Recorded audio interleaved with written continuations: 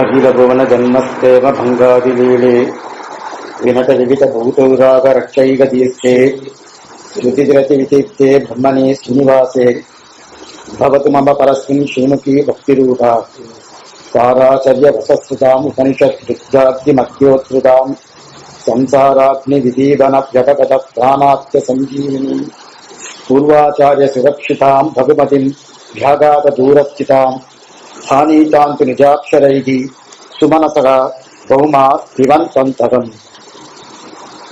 पुण्याम्भोग विकासाय पापत्वान्तर्चयाय च श्रीमान् आविर्भूद्भूमौ रामानुज दिवाकरः. சுவாமி எம்பெருமானார் நவவித கிரந்தங்கள் என்று சொல்லக்கூடிய 9 கிரந்தங்கள் அனுபவித்தார். அனைத்து கிரந்தங்களுமே சமஸ்கிருத பாஷையிலே பண்ணப்பட்டது. ஒரு கிரந்தமும் தமிழாலே பண்ணப்பட்டது கிடையாது. அத்தனையும் வேதாந்த ரூபமாகவும் சம்பிரதாய ரூபமாகவும் பண்ணப்பட்டது. அதிலே ஒரு சிறந்த கிரந்தமாக கருதப்படுகிறது ஸ்ரீபாஷ்யம் என்கிற கிரந்தம். அந்த ஸ்ரீபாஷ்யம் என்கிற கிரந்தத்திலே ஓர் அறிமுகமாக கடந்த சில உபன்யாசமாக அனுபவித்துக் கொண்டிருக்கிறோம். இதோட ஹெட்லைனே ஸ்ரீபாஷ்யம் ஒரு அறிமுகம் தான். அவ்வளவுதான். அதுவே ஒரு வருஷத்துக்கு மேலாகும். அப்படிப்பட்ட பெரிய விஷயம் அது. அப்படிப்பட்ட விஷயத்துல முதல் 2 ஸ்லோகங்கள் மங்கள ஸ்லோகங்கள். அந்த 2 மங்கள ஸ்லோகங்களை அனுபவிக்க பெற்றோம். தாராச்சரிய வசஸ்துதா என்ற ஸ்லோகத்தையும் அகில புவன ஜன்மஸ்தேம பங்காதுகள் என்ற ஸ்லோகத்தையும் அனுபவிக்க பெற்றோம். அதற்கு மேலே பேட்டிகா பாவம் என்று சொல்லக்கூடிய இந்த ஸ்ரீபாஷ்யம் எப்படிப்பெல்லாம் அனுபவிச்சிருக்கா, எப்படிலாம் பிரிச்சிருக்கா, அவருடைய பிரிவு என்ன அப்படின்றத அனுபவிக்க ஆரம்பிச்சிருக்கோம். அதுல அனுபவிக்க ஆரம்பிக்கச்சே 4 நிலையா பிரிச்சார். முதல் அத்தியாயம், 2ஆம் அத்தியாயம், 3ஆம் அத்தியாயம், 4ஆம் அத்தியாயம். அப்ப முதல் அத்தியாயத்தாலே ஒரு நிலை, 2வது அத்தியாயத்தால் ஒரு நிலை, 3வது நிலை. முதல் அத்தியாயம் இது சமன்வய அத்தியாயம், 2வது அத்தியாயம் அவிரோத அத்தியாயம், 3வது அத்தியாயம் சாதன அத்தியாயம், 4வது அத்தியாயம் பலாத்தியாயம். இந்த 4 அத்தியாயத்துடைய பேட்டிகா பாவம் எப்படி பிரிச்சு காட்டுறது கடந்த முன்னாடி ஆரம்பிச்சிருக்கோம். அவருடைய நிலை என்ன தெரிவிக்கிறான்னா சித்திகம், சாத்தியம், பூர்வத்திகம், உத்தரத்திகம், விஷயத்திகம், விஷயித்திகம் என்று ரெட்டரட்டியா பிரிச்சிருக்கான். ரெட்டரட்டியா 6 இல்ல 2 தான். சித்திகம் சாத்தியம் 2. சித்திகம்னா முதல் அத்தியாயம் 2ஆம் அத்தியாயம், சாத்தியம்னா 3ஆம் அத்தியாயம் 4ஆம் அத்தியாயம், பூர்வத்திகம்னா முதல் அத்தியாயம் 2ஆம் அத்தியாயம், உத்தரத்திகம்னா 3ஆம் அத்தியாயம் 4ஆம் அத்தியாயம், விஷயத்திகம்னா முதல் அத்தியாயம் 2ஆம் அத்தியாயம், விஷயி திட்டம்னா 4ஆம் அத்தியாயம் 5ஆம் அத்தியாயம். எல்லாமே 2 பிரிச்சுக்கா. ஏன்னா இந்த 2க்கும் ஒரு சம்பந்தம் இருக்கு. முதல் அத்தியாயம் 2ஆம் அத்தியாயம் 2மே பிரம்மத்தை பற்றி சொல்ல வந்து, பிரம்மத்துக்கு காரணத்துவம், பிரம்மத்துக்கு விரோதமா பேசுவா. இது 2 அத்தியாயம் இருக்கு. ஆனா சித்திகம், சித்தம்னானது எப்பவுமே இருக்கிறது அர்த்தம். அதனாலதான் நமக்கு சரணாகதி என்பது என்னது சொல்றது, சித்தமா இருக்கு, சித்த வஸ்துன்றா. சாத்தியோபாயம் சித்தோபாயம் சொல்றோம். சாத்தியோபாயம் என்பது நம்மாலே சாதிக்கப்படுவது. சித்தோபாயம் என்பது இல்ல புத்தி விசேஷம் மட்டும் இல்ல, சித்தமா இருக்கு, தயாரா இருக்கு. சுவாமி சித்தமா இருக்கல அப்படின்னா இருக்கும், புறப்படுறது தயாரா இருக்கலா அப்படின்னு அர்த்தம். இப்ப சித்தமா இருக்குன்னா நாம பண்ண வேண்டிய அவசியம் இல்லை, ஏற்கனவே தயாரா இருக்குன்னு அர்த்தம். அதுதான் சித்திகம். தயாரா இருக்குன்னு என்ன அர்த்தம்? முதல் 2 பிரம்மத்தை பத்தி நம்ம புதுசா உருவாக்கணுமா? பிரம்மத்தை பத்தி விசாரம் ஆனபடியாலே, அது அவிரோத அத்தியாயமாகட்டும் சமன்வய அத்தியாயமாகட்டும், 2மே பிரம்மத்தை பத்தி ஆனபடியாலே அதனால சித்திகம் 2 சித்திகம் அப்படின்னாரு. அதற்கு மேல சாத்தியம். சாத்தியம் என்னது? நம்மால சாதிக்கப்பட வேண்டியது. என்ன சாதிக்கணும்? உபாசனம் பண்ணிதானே நம்ம அடையிறோம். சாதனாத்தியாயத்துக்கு உபாசனம் பண்ணிதான் அடையிறோம். அதாவது நம்மால சாதிக்கப்பட வேண்டியது அது ஒண்ணு. அதுக்கு மேல பலாத்தியாயம் ஒண்ணு. சாதனாத்தியாயம் பலாத்தியாயம் 2மே சாத்தியம் பேரு. இப்ப பலாத்தியாயத்துல என்னதுன்னா நாம தானே அங்க போய் கைங்கரியம் பண்றோம், நாம தானே அங்க அனுபவிக்கிறோம். அகமன்னம் அவனை என்ன அக்ரமா புஜி நம்ம சொல்லிட்டு இருக்கோம். அப்ப நம்மாலே சாதிக்கப்பட வேண்டியதுனா அதனால சாத்தியம். அப்ப சித்திகம் முதல் அத்தியாயம் 2ஆவது அத்தியாயம், சாத்தியம் 3ஆம் அத்தியாயம் 4ஆம் அத்தியாயம், சாத்தியம். இது ஒரு நிலை. அடுத்து பூர்வத்விதம் உத்தரத்விதம். பூர்வத்விதம் முதல் 2 அத்தியாயங்கள் பூர்வத்விதம், அது பூர்வ வாக்கிய பத்து போல இதுல இருக்கு இல்லையா, ஜெயத்துல பூர்வ வாக்கியம் உத்தர வாக்கியம் பூர்வத்தை போல. அதே போல உத்தரத்விதம் என்னது ரெண்டாவது 2 என்னது சாதனாத்தியாயம் பலாத்தியம், இது உத்தரத்விதம்னு பேரு. அதற்கு மேல விஷயத்விதம் விஷயத்விதம் விஷயத்விதம்னு பேரு. விஷயம் இது விஷயம் யாரு பகவான் தானே, பகவானை பத்தின விஷயமானபடியால விஷயத்விதம். விஷயி அவனை அடைகிறோம், அதனால விஷயத்விதம்னு பேரு.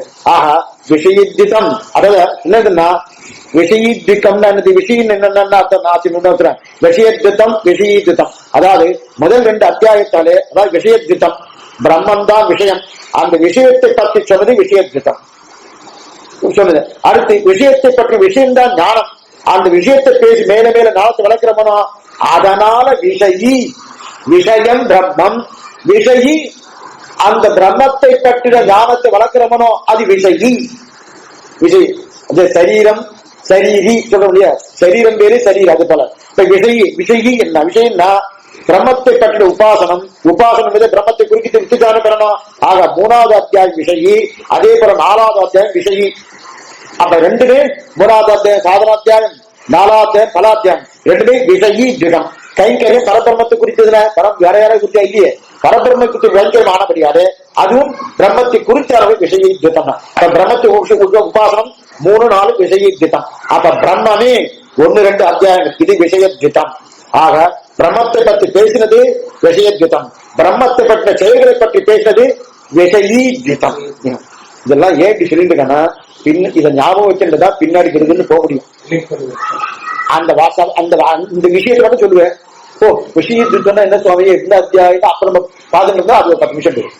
அப்ப விஷயத்விதம் முதல் அத்தியாயம் 3வது அத்தியாயம் 4வது அத்தியாயம், விஷயத்விதம்னா முதல் அத்தியாயம் 2வது அத்தியாயம். அது இதெல்லாம் ஞாபகம் வச்சுக்கணும். ஏன்னா ஸ்ரீபாஷ்யத்தை இருக்கக்கூடிய சிரமம் என்னன்னா ஆரம்பத்திலிருந்து ஆகாயிக்கிற ஆரம்பிக்கிறோமோ சாதாரண நம்ம பனி பாடத்துல ஆகாயிக்க ஆரம்பிக்கிறோமோ ஆரம்பிச்சு முடிச்ச உடனே நேர புறநானூறு மேல வந்துட்டோம், வந்துட்டோம் 2 பையாம் முதுகலை பட்டத்துக்கு வந்தாச்சு.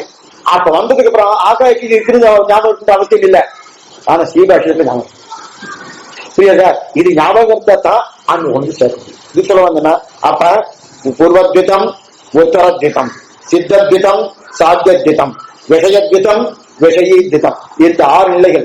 6 பாகம் கிடையாது, 2 பாகமா பிரிச்சுக்கா. 2 பாகத்துக்கு 3 விதமான பேர் கொடுத்துருக்கா.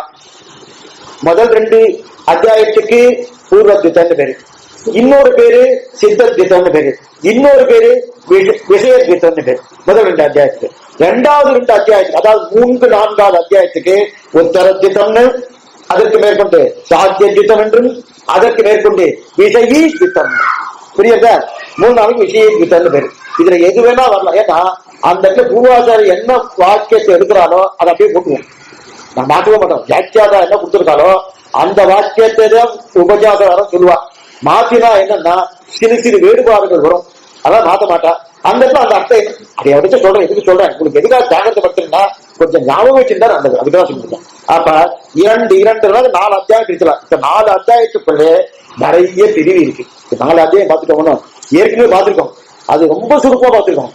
இப்ப கொஞ்சம் விரிவா பார்க்க போறோம். கொஞ்சம் பூர்த்தியான விரிவுலாம் கிடையவே கிடையாது, அது புள்ளதான் கிடையாது. கொஞ்சம் விரிவா பார்க்க போறோம். முதல்ல பார்த்த விஷயத்தை தான் இன்னும் டெவலப் பண்ண போறோம். முதல்ல எப்படி பார்த்தோமோ முதல்ல நீங்க சொல்லிட்டேன்னு தோணும் உங்களுக்கு, ஒரு விஷயம் கொண்டு வந்தா, ஆனா அதோடைய விரிவு வரப்போறது அதைதான் சொல்ல போறோம். அதே சப்தம் தான் வரப்போறது, ஆனா அதோட விரிவு வரது இதுவே இருக்கான்னு அப்பதான் தெரியும். பாப்பீங்களா? அதாவது முதல் 4 அத்தியாயம் இல்லையா, முதல் 4 அத்தியாயத்துல 4 அத்தியாயத்துக்குள்ள நிறைய பிரிவு இருக்கு. ஒவ்வொரு அத்தியாயத்துக்கும் 4 பாதங்கள் உண்டு. ஒவ்வொரு அத்தியாயத்துக்கும் 4 பாதங்கள், 156 அதிகரணங்கள், 545 சூத்திரங்கள் ஏற்கனவே பார்த்திருக்கோம். 156 அதிகரணங்கள். ஆனா பாதங்கள் இன்னும் பார்க்கல. ஒவ்வொரு அத்தியாயத்துக்கு 4 பாதங்கள் உண்டு. அந்த மாதிரி 4 அத்தியாயத்துக்கு 4 பாதங்கள். ஒவ்வொரு அத்தியாயத்துக்கு 4 பாதம்னா 4 4 4 4 16 பாதங்கள். அப்ப சீபாஷ்யம் என்றது 16 பாதங்களை கொண்டது. பாதம்னா அதுக்குள்ள உட்பிரிவு. பாதம்னால என்ன உட்பிரிவுன்னு வச்சுக்கலாம். எது போறோம்னா காண்டத்தின் உட்பிரிவு தானே சர்க்கம். காண்டம் ஏதாவது அயோத்தியா காண்டம், கிஷ்கிந்தா காண்டம், வருது இல்லையா, கிருஷ்ண காண்டம், யுத்த காண்டம், அதுக்குள்ள சர்க்கம் இருக்கணும். அதே போல இந்த என்னது, இந்த உட்பிரிவு தான் என்னது, காண்டத்தில் இருந்து சர்க்கத்தை போல அத்தியாயத்துக்குள்ள இருக்கிறதா பாகம். காண்டத்துக்குள்ள சர்க்கத்தை போல இது ஒண்ணு வேணாம். ஸ்ரீமத் பாகவத்துல 12 ஸ்கந்தங்கள் இருக்கு, 12 ஸ்கந்தங்கள். ஆனா ஒவ்வொரு ஸ்கந்தத்திலும் நிறைய அத்தியாயங்கள் இருக்கு. தசம ஸ்கந்தத்திலே 10வது ஸ்கந்தத்திலேயே பூர்வ பாகமே 50 அத்தியாயங்கள் இருக்கு. தசமஸ்கந்தம் ரொம்ப பெருசு. ஏன்னா இத்தனையும் கேட்டுட்டா பரீட்சை கேட்டதுக்கு அப்புறம் எத்தனையோ சொல்லிட்டு இருக்கே, என் கண்ணனை பத்தி சொல்லி தசமஸ்கந்தம் தான் கண்ணனை பத்தி வருது. அப்பதான் என்ன ரட்சித்தது யாரு? ஏன்னா பரீட்சத்தை யார் ரட்சித்தா? கல்லு போல கடிகட்ட கூட வந்து விழுந்தான். பகவான் தன்னுடைய காலால தீண்டி நான் உண்மையா பொய்யே சொல்லிட்டேன், நான் உண்மையே சொல்லுகிறவனாக தான் எழுந்துட்டு வந்தான். அப்ப அவனுடைய பொய்யே உண்மைன்னு அர்த்தம். சொன்ன வார்த்தை வேற ஏதாவது சொல்லலாமா? நான் பரப்பிரபமானா எதுக்கு சொல்ல வரலாம், அது ஒன்றும் சந்தேகமே இல்லை. இவருக்கு நம்மளுக்கு என்ன சந்தேகம்னா, கண்ணன் பொய்யன் சொன்னோம். நான் உண்மை சொல்லுகிறவன் தான் எழுந்து சொன்னான், எழுந்தும் தரணும், எழுந்துனோன்னு உண்மை பேசிட்டா இருக்கும். அதான் ஆழ்வாசல், அது இது உதவி என்னலா வந்தா என்ன உன் செய்கை தைவிக்கும் முதுவையை எது பேசினாலும் சத்தியம். நம்ம எது பேசினாலும் பொய் தான், வெறுத கிடையாது.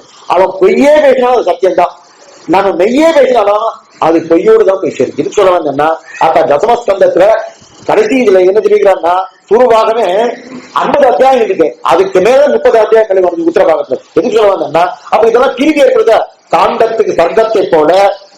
ஏன் நம்ம விஷயத்துக்கு திருவாய் 10க்கு திருவாய்மொழி போல, ஒரு 10க்கு ஒரு திருவாய்மொழி, 10 திருவாய்மொழி இருக்கு இல்லையா, 10க்கு திருவாய்மொழி போல அதே போல இருக்கிற அத்தியாயத்துக்கு 4 பாதங்கள், ஒரு அத்தியாயத்துக்கு 4 பாதம். ஒரு அப்ப மொத்தம் 16 பாதங்கள். ஸ்ரீபாஷ்யம் 16 பாதங்களை கொண்டது. இதற்கெல்லாம் ஒரு கணக்கு இருக்கு, ஞாபகம் வச்சுக்கணும்னா. எழுதிக்க ரொம்ப நல்லா எழுதியிருக்காரு, கணக்குன்னு ஒரு ஸ்லோகம் எழுதியிருக்காரு. ஸ்ரீபாஷ்யத்துடைய பாதங்கள், அதிகரணங்கள், சூத்திரங்கள் கணக்கு வச்சுக்கிறது ஒரு தனியா ஸ்லோகம் எழுதியிருக்காரு. அந்த ஸ்லோகத்தை படிச்சு மனப்பாடம் பண்ணி ரொம்ப நல்லா இருக்கும். தேசியம் ரொம்ப நல்லா எழுதியிருக்காரு. அது மனப்பாடம் மட்டும் மாத்திருக்கோம். முதல் அத்தியாயத்துக்கு 4 பாதம் இருக்கு இல்லையா, 4 பாதம் ஒண்ணுன்னா, முதல் பாதம் ஆச்சரியமான பாதம், அயோக விவச்சேத பாதம். அடுத்து அதுக்கு மேல 3 பாதங்கள் இருக்கு. அந்த 3 பாதங்களுக்கும் அந்நியோக விவச்சேத பாதங்கள் பேர். சாமான்யமா ஒவ்வொரு பாதத்துக்கும் ஒவ்வொரு பேர் உண்டு. ஆனா முதல் பாதத்துக்கு, முதல் அத்தியாயத்துக்கு மட்டும் என்ன பாதம்னா அயோக விவச்சேத பாதம். முதல் அத்தியாயத்துல முதல் பாதம் 4 பாதங்கள், ஒவ்வொரு அத்தியாயத்துக்கும் 4 பாதங்கள். அப்ப முதல் அத்தியாயத்துக்கு 4 பாதங்கள். அந்த 4 பாதத்துல முதல் பாதம் அயோக விவச்சேத பாதம், விவச்சேத பாதம். விவச்சேதம்னா விவச்சேதம் தள்ளி விடுறது, பிறர் வச்ச பாதம் என்ன அர்த்தம்? அயோக விவச்சேத பாதம். அதுக்கு மேற்கொண்டு மிச்சம் 3 பாதம் இருக்கு இல்லையா, அதுக்கு அந்நியோக விவச்சேத பாதம் பேரு. என்ன சுவாமி இது, மிச்சம் 3 பாதத்துக்கு ஒரே பேருன்னா அத 3மே ஒரே நிலையா இருக்கிறது. இருந்தாலும் அதுக்குள்ள பாதத்துக்கு பேர் கொடுத்துட்டா. அந்த என்ன பேருன்னா, 2வது பாதத்துக்கு அஸ்பஷ்ட லிங்க வாக்கியம்னு பேரு. ஆனா அந்நியோக விவச்சேத பாதம் தான் பேரு. அந்த பேருக்குள்ளேயே பிரிச்சிருக்கா. இந்த மாதிரி வேற எந்த அத்தியாயத்திலும் கிடையாது. இந்த முதல் அத்தியாயத்துக்கு ஒண்ணு, அதுக்கடுத்து 3 பாதத்துக்கும் ஒரே பேர். ஆனா மற்ற அத்தியாயம், மற்ற 3 அத்தியாயங்கள் இருக்கு இல்லையா, மற்ற 3 அத்தியாயங்களும் ஒவ்வொன்றுத்துக்கும் 4 பேர் உண்டு. இதுலயும் 4 பேர் உண்டு. ஆனா அந்த 4 பேர் இருந்தாலும் அந்நியோக விவச்சேதத்துடைய நிலையை தான் மிச்சம் இருக்கிற 3க்கும் உண்டு. அதனால அந்த மிச்சம் இருக்கிற 3க்கு அந்நியோக விவச்சேதம் வச்சுட்டா. இருந்தாலும் பூர்வர்கள் இந்த வியாக்கியாதம் என்ன பண்ணிருக்காங்கன்னா, இந்த 2வது பாது அஸ்பஷ்ட லிங்க வாக்கியம்னு வச்சுக்கோ, அஸ்பஷ்ட லிங்க வாக்கியம்னு வச்சுக்கோன்னாரு. அது அஸ்பஷ்ட லிங்க வாக்கியம் அப்படின்னு என்ன அர்த்தம்னா, தெளிவற்ற சொற்களுடைய ஆய்வுன்னு அர்த்தம். தெளிவு அற்ற சொற்களுடைய ஆய்வு. என்ன விஷயம் பின்னாடி சொல்றேன். ஏன்னா இந்த ஸ்ரீபாஷ்யம், இந்த பேட்டிகா பாபா என்ன தெரிஞ்சுன்னு, ஆனா உள்ளுக்குள்ள போயிட்டு மாட்டிட்டு உண்டு, நேரிழந்தவாறு ஒரு வந்துடும், அப்படியே வந்துட்டு வச்சுக்கேன். உள்ளுக்குள்ள போக போக இதுவே 2 வருஷம் போயிடும். அப்ப அஸ்பஷ்ட லிங்க வாக்கியம், தெளிவு அற்ற சொற்களுடைய வாக்கியம் 2வது பாதம். இந்த அது அந்நியோக விவச்சேத பாதம். 2, 3, 4 அந்நியோக விவச்சேதம். அதுல 3வது ஸ்பஷ்டலிங்க வாக்கியம். ஸ்பஷ்டலிங்கம் அப்படின்னா தெளிவான சொற்களுடைய வாக்கியம் ஆய்வு. இது அங்க தெளிவற்ற சொற்களுடைய வாக்கியம், அது இங்கு தெளிவான சொற்களுடைய வாக்கியம் ஸ்பஷ்டலிங்க வாக்கியம். அடுத்து நான்காவது பாதம் ஸ்பஷ்டலிங்க, இதுவும் நான்காவது ஸ்பஷ்டலிங்க வாக்கியம். அப்ப அதுக்கு இதுக்கு என்ன வித்தியாசம்? 3 நாளுக்குன்னா இது மிக தெளிவான வாக்கியம், அது தெளிவான வாக்கியம், இது மிக தெளிவான வாக்கியம். 2வது தெளிவற்ற சொத்துடைய வாக்கியம். புரியுதா? இந்த 3 நிலை இது கொண்டு. ஆனா இந்த 3மே என்ன தேர்வுன்னா அந்நயோக விவச்சேதம். அயோக விவச்சேதம் முதல் பாதம், அந்நயோக விவச்சேதம் 2ஆம் பாதம். எதுக்கு சொல்ல வந்தோம்னா, ஆக இது முதல் நிலை. அடுத்து 2வது அத்தியாயத்துல 4 பாதங்கள், 2வது அத்தியாயத்துல 4 பாதங்கள். அதற்குத்தான் அவிரோத அத்தியாயம் பேர். 2வது ஏற்கனவே பார்த்திருக்கோம். 2வது அத்தியாயத்துக்கு அவிரோத அத்தியாயம் பேரு. அந்த அவிரோத அத்தியாயத்துல முதல் பாதம் என்று ஆசிரியர் ஸ்ருதி பாதம். முதல் பாதம் அது ஸ்ருதி பாதம். ஸ்ருதி பாதம் முதல் ஸ்ருதி பாதம், 2வது தர்க்க பாதம், 3வது வியத்பாதம், 4வது பிராண பாதம். முதல் ஸ்ருதி பாதம். ஸ்ருதி, ஸ்ருதினா ஸ்ருதி வேற, ஸ்ருதி ஸ்ருதினா நினைச்சு சொல்றோம் ரிஷிகளுடைய வாக்கியங்கள், அதான் ஸ்ருதி. ஸ்ருதி வேறு, ஸ்ருதி வேறு. ஸ்ருதினா இஸ் ஸ்ருதி, ஸ்ருதி. ஸ்ருதினா இஸ் போட்டு இன்னு போட்டு ரூ போட்டு சிக்கணும். ஸ்ருதி, ஸ்ருதினா நினைச்சு சொல்றது. ரிஷிகளுடைய வாக்கியங்களுக்கு ஸ்ருதின்னு பேரு, வேத வாக்கியங்களுக்கு ஸ்ருதின்னு பேரு. ஸ்ருதினா காதோடு காது கேட்கறாங்க, அதுக்குதான் ஸ்ருதின்னு பேரு. ஸ்ருதினா நினைச்சு நினைச்சு சொல்றது, அது ரிஷியோட வாக்கியங்கள். இது ஸ்ருதி, ஸ்ருதி வாக்கியம். ஸ்ருதி ரிஷியோட வாக்கியம். முதல் பாதம் ஸ்ருதி வாக்கியம், 2வது பாதம் தர்க்க பாதம், 2வது பாதம் தர்க்க பாதம், 3வது பாதம் வியத் பாதம், 3வது பாதம் வியத் பாதம், வியத் வியத் வியத் வியத் பாதம், 4வது பாதம் பிராண பாதம். ஆக ஸ்ருதி பாதம் 1, தர்க்க பாதம் 2, வியத் பாதம் 3, பிராணபாதம் 4. இது 2வது அத்தியாயத்தின் நிலை. அடுத்து இது இதுல இருக்குது. அதுக்கப்புறம் 3வது அத்தியாயம். 3வது அத்தியாயம் சாதனாத்தியாயம். தெரியல, உபாசனாத்தியாயம், சாதனாத்தியாயம். இந்த சாதனாத்தியாயத்துல முதல் வைராக்கிய பாதம். முதல் பாதம் எது? வைராக்கிய பாதம் முதல் பாதம். 2வது உபயலிங்க பாதம், உபயலிங்க பாதம். 3வது குணோப சம்ஹார பாதம், குணோப சம்ஹார பாதம், குணோப சம்ஹார பாதம், குணோப சம்ஹார பாதம் 3வது பாதம். 4வது பாதம் அந்த பாதம். முதல் பாதம் வைராக்கிய பாதம். இது இதெல்லாம் சொல்லி வரேன் இல்லையா? இது அர்த்தம் ஒரு சொல்லிட்டு வச்சுக்கலேன். இதோடைய அர்த்தமே இந்த சப்தமே அர்த்தத்தை கொடுக்கறது உங்களுக்கு தெரியும். முதல் பாதம் வைராக்கிய பாதம், 2வது பாதம் உபயலிங்க பாதம், 3வது பாதம் குணோப சம்ஹார பாதம், 4வது பாதம் ஆச்சரியமான அங்க பாதம். இது 3வது அத்தியாயத்தின் நிலை. அடுத்து 4வது அத்தியாயம். 4வது அத்தியாயம் கடைசி அத்தியாயம் பலாத்தியாயம். பலாயத்தியாயத்துல ஆவர்த்தி பாதம். பலாத்தியாயத்துல முதல் பாதம் ஆவர்த்தி பாதம், 2வது பாதம் உக்ராந்தி பாதம், உக்ராந்தி பாதம், 3வது பாதம் கதி பாதம், கதி கதி பாதம், 4வது பாதம் முக்தி பாதம். முதல் பாதம் அதாவது 4வது அத்தியாயத்திலே முதல் பாதம் ஆவருத்தி பாதம், 2வது பாதம் உக்ராந்தி பாதம், 3வது பாதம் கதி பாதம், 4வது பாதம் முக்தி பாதம். ஆக மொத்தம் 16 பாதங்கள். முதல் அத்தியாயம் 4 பாதங்கள், 2ஆம் அத்தியாயம் 4 பாதங்கள், 3ஆம் அத்தியாயம் 4 பாதங்கள், 4ஆம் அத்தியாயம் 4 பாதங்கள். ஆக மொத்தம் 16 பாதங்கள். அப்ப இந்த 4 அத்தியாயத்தின் கணக்கு பாதங்களோடு சொல்லப்படுறது என்னன்னா மேல பார்ப்போம். இது என்னென்ன சொல்றோம் மேல பார்ப்போம். அதுக்கு மேல ஒவ்வொரு பாதத்துக்குள்ளேயும் அதிகரணங்கள் பிரிக்கிறான். 156 அதிகரணம் பார்த்து போனோம். ஒவ்வொரு பாதத்துக்கும் அதிகரணம் பிரிக்கா. அதிகரணம் என்றா என்ன அர்த்தம்னா பாதத்துக்குள்ள ஒவ்வொரு அர்த்தம் சொல்லிடுறேன். என்ன இந்த பேட்டிக்கா பாபனா இதுதான் முதல் முக்கியம். இந்த தெரிஞ்சு வச்சுக்கேன். ஏதோ இந்த பிரிவு ஏற்பட்டிருக்கு. அப்ப அந்தந்த பிரிவுக்கு ஏதோ ஒரு அர்த்தம் சொல்லியிருக்கா இல்லையா? இப்ப முதல் 10 என்றோம், முதல் திருவாயு என்றோம், முதல் பாத்திரம் என்றோம். ஏன் முதல் பாத்திரம், ஏன் முதல் 10, ஏன் முதல் திருவாய்மொழி அப்படின்னு வருது இல்லையா? அதுக்கு ஏதோ சங்கதி இருக்கு இல்லையா? அதே போல இங்க அத்தியாயம், அதுக்கு அடுத்து பாதம், அதுக்கு அடுத்தது அதிகரணம். அதிகரணம் ஏன் இருக்கிறான்னா ஒவ்வொரு அர்த்தம் ஒவ்வொரு பாதத்துக்கும் ஒவ்வொரு அர்த்தம் வரும். ஒவ்வொரு அர்த்தம் மாறும் போது ஏதாவது ஒரு பிரிவு மாறணும். ஒவ்வொரு அர்த்தம் மாறணும் இல்லையா? இன்னும் ஒரு விஷயம் சொல்லிட்டே இருக்கா, சொல்லிட்டே இருக்காச்சு அந்த விஷயத்துல இருந்து இன்னொரு விஷயத்துக்கு போறது இல்லையா? இன்னொரு விஷயத்துக்கு மாறணும் இல்லையா? அப்பதான் நமக்கு புரியும். மாறாம அயோமயமா போயிட்டு சுக்கு மீன் லகு திப்பிலி ஆயிடும். சுக்கு மிளகு திப்பிலின்னு சொன்னா புரியுது. சுக்கு மீன் லகு திப்பிலின்னா புரியாது. அந்த மாதிரி ஒவ்வொருத்தருக்கும் பிரிவு ஏற்படும் இல்லையா, அந்த பிரிவு ஏற்படுறதுக்கு தான் பிரிச்சிருக்கா. அந்த நாட்களுக்கும் இந்த நாட்களுக்கும் எழுத்துக்கு நிறைய வித்தியாசம் உண்டு. அந்த நாட்கள்ல ஒருத்தர் எழுதினாருன்னா 20 பக்கம் 3 பக்கம் எழுதுவார். நடுவில் ஒரு காப்புள்ளியோ அரைப்புள்ளியோ எதுவுமே இருக்காது. இப்படி எழுதிட்டே வந்துடுவார். நம்ம பார்த்தோம்னா என்ன சொல்லுவோம், இது எதுவுமே தெரியலையே, பரீட்சையே எழுதி வச்சுக்கல. நீங்க டாக்குமெண்ட் எல்லாம் 10 கால் படிச்சா ஒண்ணுமே புரியாது, ஒண்ணுமே புரியாது. விடுவிடு இப்ப அப்படி இல்ல, ஒவ்வொரு இடைவேளை விட்டு அதுக்கு ஹெட்லைன் வேற, இந்த ஹெட்லைன் போட்டு எழுதுறா இல்லையா. எப்படி அந்த காலத்து வியாக்கியானம் ஆனபடியாலே அரைப்புள்ளி இருக்காது, காப்புள்ளி இருக்காது, வேற இருந்தாங்க. நாம இப்ப எல்லாம் இல்ல, சின்ன புள்ளி வைக்கணும், புள்ளி வச்சுட்டு அதுக்கு ஒரு ஹெட்லைன், இந்த ஹெட்லைன் இதுக்கு இது குண்டு, இதுக்கு இது உண்டுதான், இது இதுவா, அதை மட்டும் படிச்சுட்டு வாங்க போறோம் அப்படின்ற பாருங்க. அந்த மாதிரிலாம் நிலையோடு சீபாக்கி வாசிக்க வந்தா ஒண்ணுமே தெரியாது. நான் சொல்றது புரியுதா? ஏன் புரியலன்னா இவ அப்படி 20 பக்கம் ஒரே நீளமா இருக்கும். 20 பக்கம் ஒரே நீளமா இருக்கு.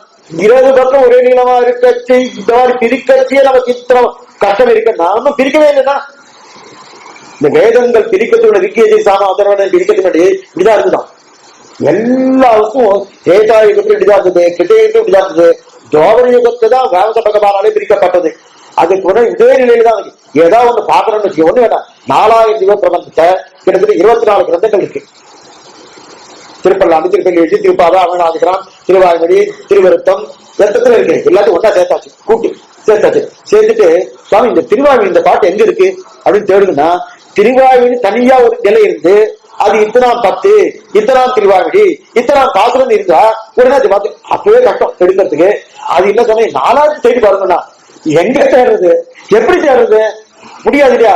பிரிச்சு வச்சதே இவ்வளவு சமமா இருக்கு. அந்த காலம் பிரிவு வைக்கிறது ரொம்ப கஷ்டம், பிரிவிக்க மாட்டா. ஆனா பிரிச்சு வச்சிருக்கா. இந்த உத்தமூர் சுவாமி ரொம்ப தான் பிரிச்சிருக்காரு. வியாக்கியானத்தை கொடுத்திருந்தாலும் சரி, உத்தமூர் சுவாமி சீபாஷி ரொம்ப ஆச்சரியமா ரொம்ப அழகான ஒர்க் பண்ணிருக்காரு. அவரை மாதிரி ஒரு பெரிய கிடைக்கிறது. அந்த உத்தம சபையை ரொம்ப நாளா பிரிச்சிருக்கிறார். நல்ல அனுகிரகத்தோடு குருவா அனுகிரகம் பண்ணிட்டாலே இருக்குன்னா. அப்ப 156 அதிகரணங்கள். ஏன் 156 அதிகரணம்னா ஒவ்வொரு அர்த்தம் மாறும் போதும் ஒரு பிரிவு மாறணும். அப்பதான் நமக்கு புரியும். ஒரு பிரிவு மாறினா தான் நமக்கு புரியும். புரியணும். ஏன்னா ஒரு அதிகரணம்னா ஒரு விஷயத்தை முடிச்சுட்டான்னு அர்த்தம். திருப்பி அந்த விஷயத்துக்கு போக மாட்டான்னு அர்த்தம் இல்லை. இன்னொருத்தர் ஒரு கேள்வி கேட்பார், அந்த கேள்வி பதில் சொல்லிருப்பார். பதில் சொல்லிருக்கச்சு கிட்டத்தட்ட 4 அதிகரணம் போனதுக்கு அப்புறம் பழைய அதிகரணம் திருப்பி எழுப்பார். நம்ம எங்க இருக்கணும் தெரியாது. சில பேர்லாம் ஏதோ ஒரு வீட்டுல ஏதோ ஒரு விவகாரம்ன்றது வேறு. இப்ப தமிழ் விவகாரம் வச்சுக்கிறோம், சம்ஸ்கிருதத்துல விவகாரத்துக்கு அர்த்தமே வேறு. தமிழ்ல விவகாரம் வச்சுக்கோங்க. விவகாரம் எத்தையோ ஒரு ஆரம்பிக்கிறான், ஆனா எங்க போய் முடியாது இல்லையா. ஆரம்பிச்சதுக்கும் இப்ப முடியறதுக்கும் சம்மந்தமே இல்லாம போயிடும். அதே போலதான் இங்கே ஆகும். அப்ப நம்ம எங்க ஆரம்பிச்சோன்னு திருப்பி கொண்டு போய் சேர்க்கணும் போனோம். அந்த கொண்டு போய் சேர்க்கறதுக்காக தான் அந்த அதிகரணம் பிரிக்கிறார். அதிகரணம் 156 அதிகரணம் பிரிச்சுட்டார். இப்ப 156 அதிகரணங்கள் ஆக மொத்தம் 4 அத்தியாயங்கள், 16 பாதங்கள், 156 அதிகரணங்கள். அதிகரணம்னா அதிகரணம் பெற்ற ஒவ்வொரு அத்தியாயத்துக்கும் 4 பாதங்கள் வந்து இல்லையா. அதே போல ஒவ்வொரு பாதத்துக்கும் இந்த இத்தனை அதிகாரங்கள் அப்படி சமமா வருமான வராது. 4 பாதம் இருக்கு இல்லையா. 4 பாதத்துக்கு ஒவ்வொரு அத்தியாயத்துக்கு 4 பாதம் இருக்கு. இப்ப 156 16 வகுத்து என்ன வருதோ அது ஒவ்வொரு பாதத்துக்கு இத்தனை அதிகாரம் வச்சுக்கலாமா? அப்படி கிடையாது, அப்படி கிடையாது. அது ஏன் அர்த்தம்னா ஒவ்வொரு அத்தியாயத்துக்கு ஒவ்வொரு நாள் வருது. 4 4 4 வந்த மாதிரி சமமா இருந்த மாதிரி அது வராது. ஏன்னா ரொம்ப அழகா கணக்கு சொல்லியிருக்காரு. 35 33 55 33 புரியத்துக்காக சொல்றேன். அதாவது முதல்ல 35 முதல் அத்தியாயத்தில் இருக்கக்கூடிய என்னது அதிகரணங்கள் 35 அதிகரணங்கள். முதல் அத்தியாயத்தில் இருக்கக்கூடிய அதிகரணங்கள் 35 அதிகரணங்கள். 2வது அத்தியாயத்தில் இருக்கக்கூடிய அதிகரணங்கள் 33 அதிகரணங்கள். 3வது அத்தியாயத்தில் இருக்கக்கூடிய அதிகரணங்கள் 55 அதிகரணங்கள். 4வது அத்தியாயத்தில் இருக்கக்கூடிய அதிகரணங்கள் 33 அதிகரணங்கள். ஆக 33, அதாவது முதல்ல 35, 2வது 33, 3வது 55, 4வது 33, ஆக மொத்தம் 156. கூட்டி பாருங்க. முதல் அத்தியாயம் 35, 2வது அத்தியாயம் 33, 3வது அத்தியாயம் 55, 3வது அத்தியாயம் பெருசு 55 அதிகரணங்கள், 4வது அத்தியாயம் 33, ஆக மொத்தம் 156 அதிகரணங்கள். 156 அதிகரணங்கள். இதுக்கு மேல ஒவ்வொரு அத்தியாயத்துடைய சூத்திரம் கணக்கு வேறு இருக்கு. ஒவ்வொரு அத்தியாய சூத்திரம் அதுவும் சமமா கிடையாது. இந்த பாதம் மட்டும்தான் சமமா இருக்கு, மற்ற எதுவுமே சமம் கிடையாது. ஒவ்வொரு அத்தியாயத்துக்கும் முதல் அத்தியாயத்துக்கு 138 சூத்திரங்கள், பிரம்மசூத்திரங்கள். சூத்திரங்கள் எத்தனாவது சூத்திரம் பார்த்தோம்? 545 சூத்திரங்கள். 545 சூத்திரங்கள், 156 அதிகரணங்கள், 4 பாதங்கள், அதாவது 16 பாதங்கள், 4 அத்தியாயங்கள். அதுல முதல் அத்தியாயத்துல 4 பாதங்கள், 35 அதிகரணங்கள், 138 பிரம்மசூத்திரங்கள். சூத்திரங்கள் 138 சூத்திரங்கள் முதல் அத்தியாயத்துல. இரண்டாவது அத்தியாயத்துல 4 பாதங்கள், 33 அதிகரணங்கள், 149 சூத்திரங்கள். இரண்டாவது அத்தியாயத்தை இதெல்லாம் கணக்கு இருக்கு. இந்த கணக்கு ஞாபகம் வச்சுக்கிறது சோகம் பண்ணியிருக்கார் ஜெயிச்சிகன். வேதாந்த ஆச்சரியம் பண்ணியிருக்காரு.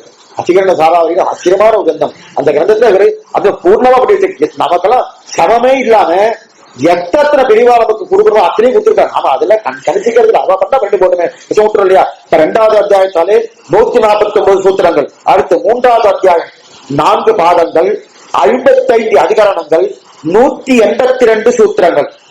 பாருங்க, 4வது பாதம் தான் இந்த 3வது பாதம். 3வது பாதம் தான் இருக்கிறதே பெருசு.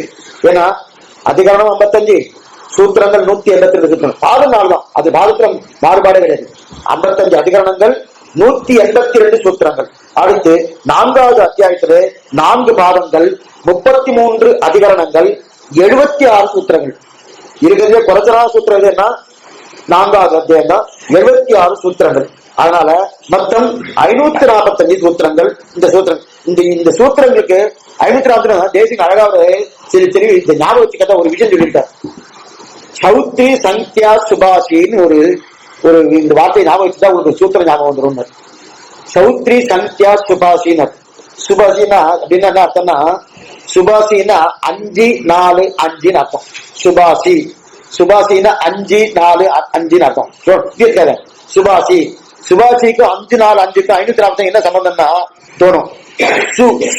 என்னது சம்ஸ்கிருத பாஷையில யா ரா லா வா ஷா 5வது எழுத்தா ஏ ரா லா வா ஷா. தமிழ்ல இருக்கு ஏ ரா லா வா ஷா 5வது எழுத்து இல்லையா? அப்ப 5 போட்டுக்கோம்.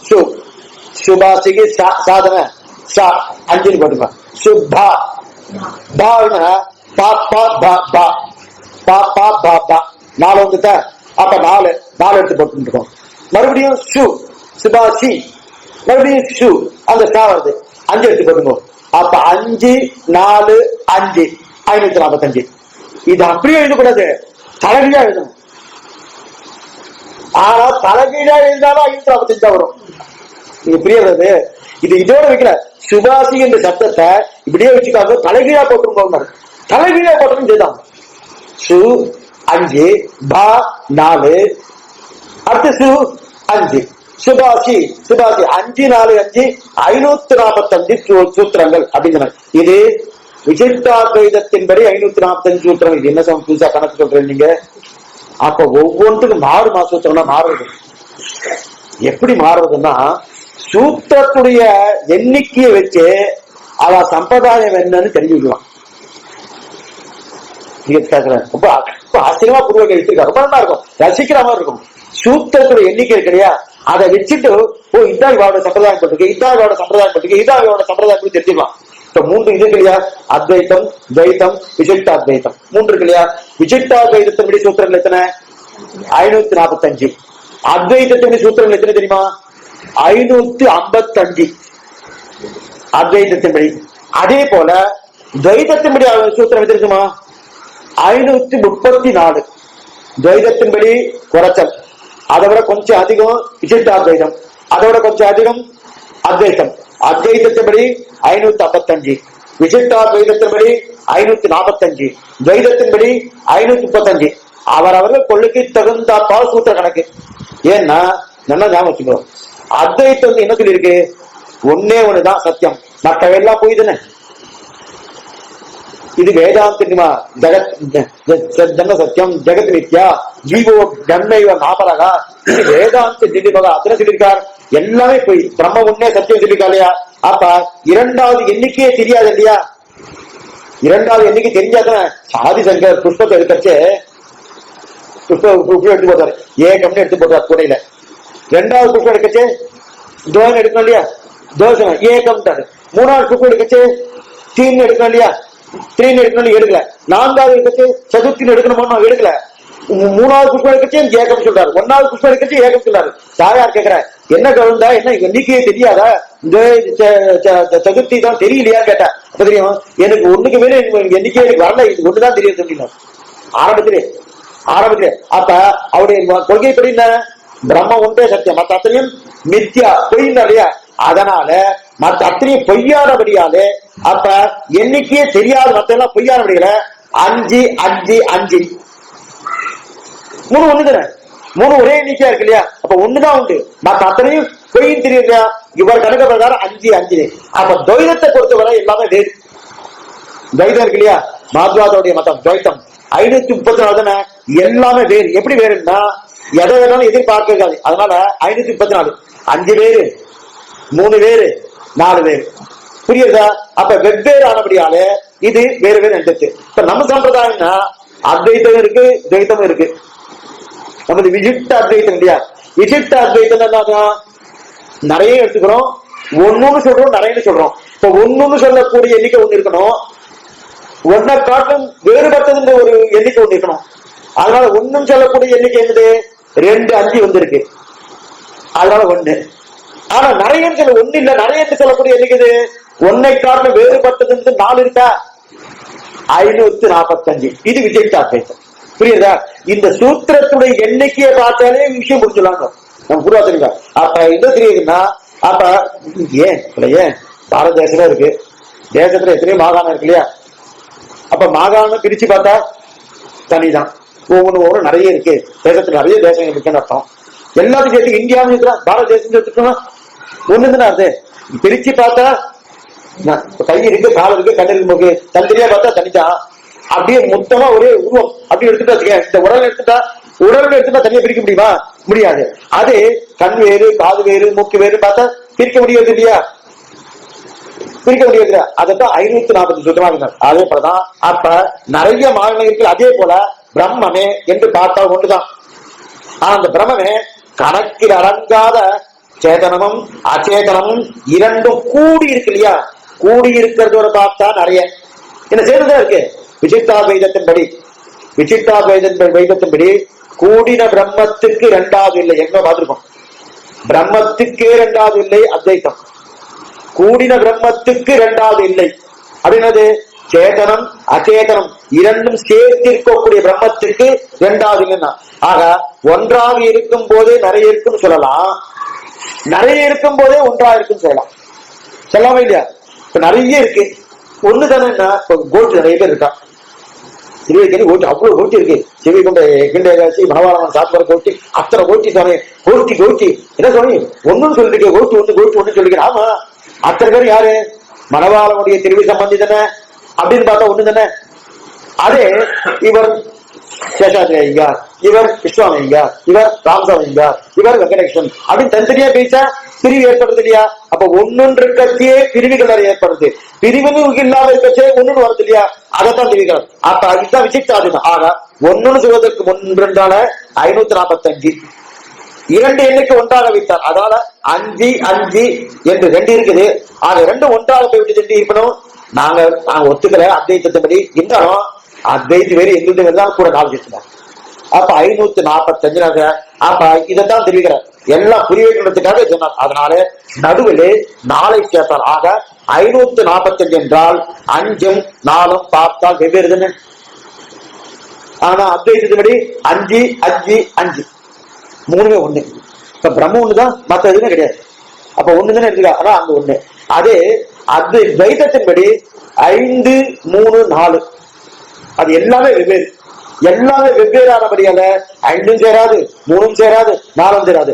ஆனா இங்க அப்படி இல்ல, பிரம்மம் ஒண்ணுன்னு பார்த்தா ஒண்ணுன்னு சொல்லலாம், பிரம்மமே சேத்தனா சேத்தங்களுக்கு நிறைய இருக்குன்னு பார்த்தாலும் நிறைய சொல்லலாம். அதனால பிரம்மம் ஒன்று சொல்லக்கூடிய நிலை 2 5, நிறைய என்று சொல்லக்கூடியவை மத்தியிலே 4 சேர்த்தது.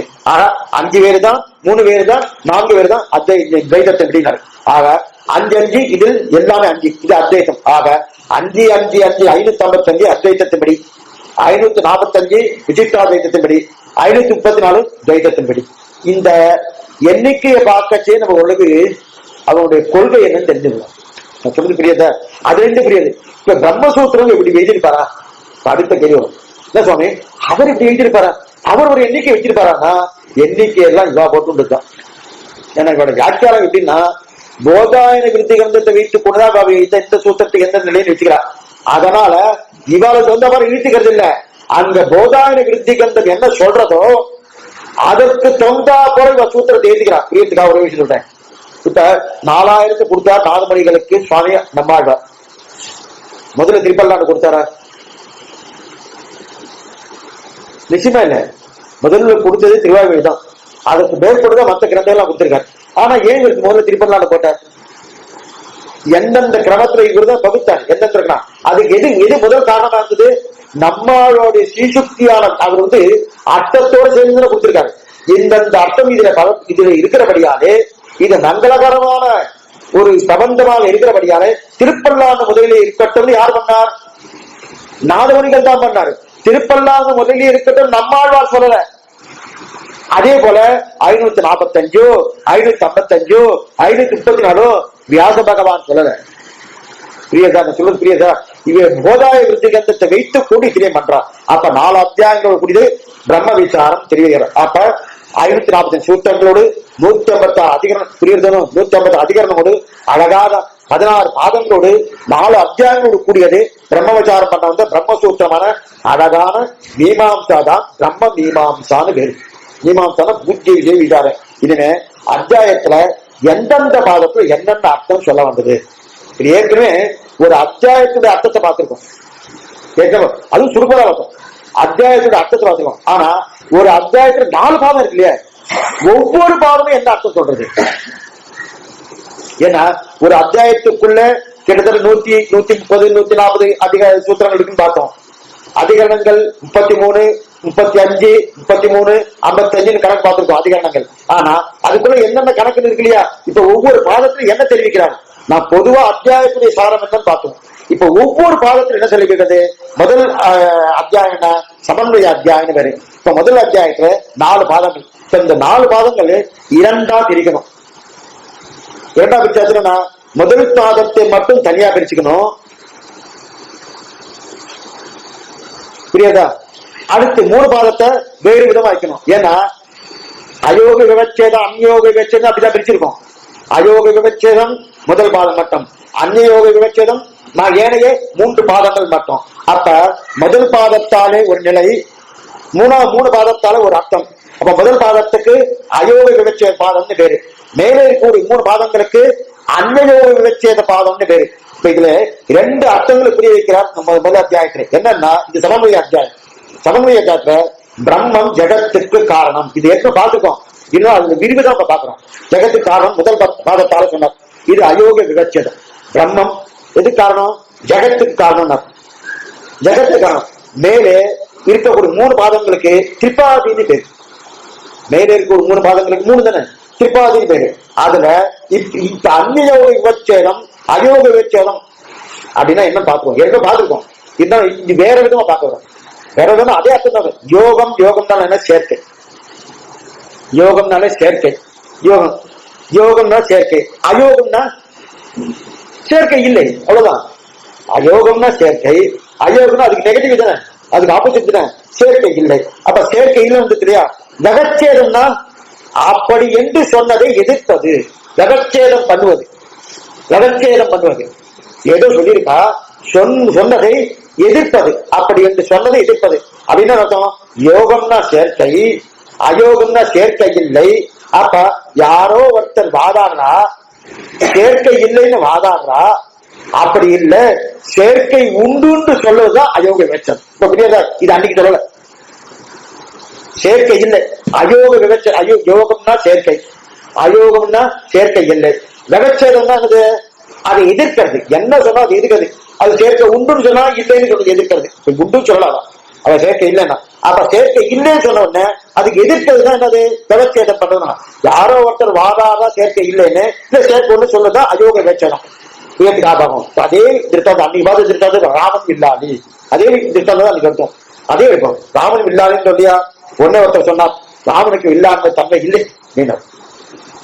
ஏன் ராமனுக்கு இல்லாத தன்மை இல்லை தெரியல. பெரியார் சொல்லியிருக்காரு. சார்ந்த வெண்ணம் வில்லாண்டான் தண்ணி இதுன்னு சொல்லியிருக்காரு. சில பேர் வில்லாரும் சொல்லியிருக்காரு அப்படின்னா அவர் அப்ப கேட்கிறாரு, ராமனுக்கு வில்லாடும் தன்மை இருந்தா எதுக்காக சீத்தையை தொலைச்சான்? உடனே மீட்டு இருக்கலாமோ? எதுக்கு சீத்தையை தொலைச்சான்? அதனால வில்லாடும் தன்மை இல்லை. நான் சொல்றது புரியுதா?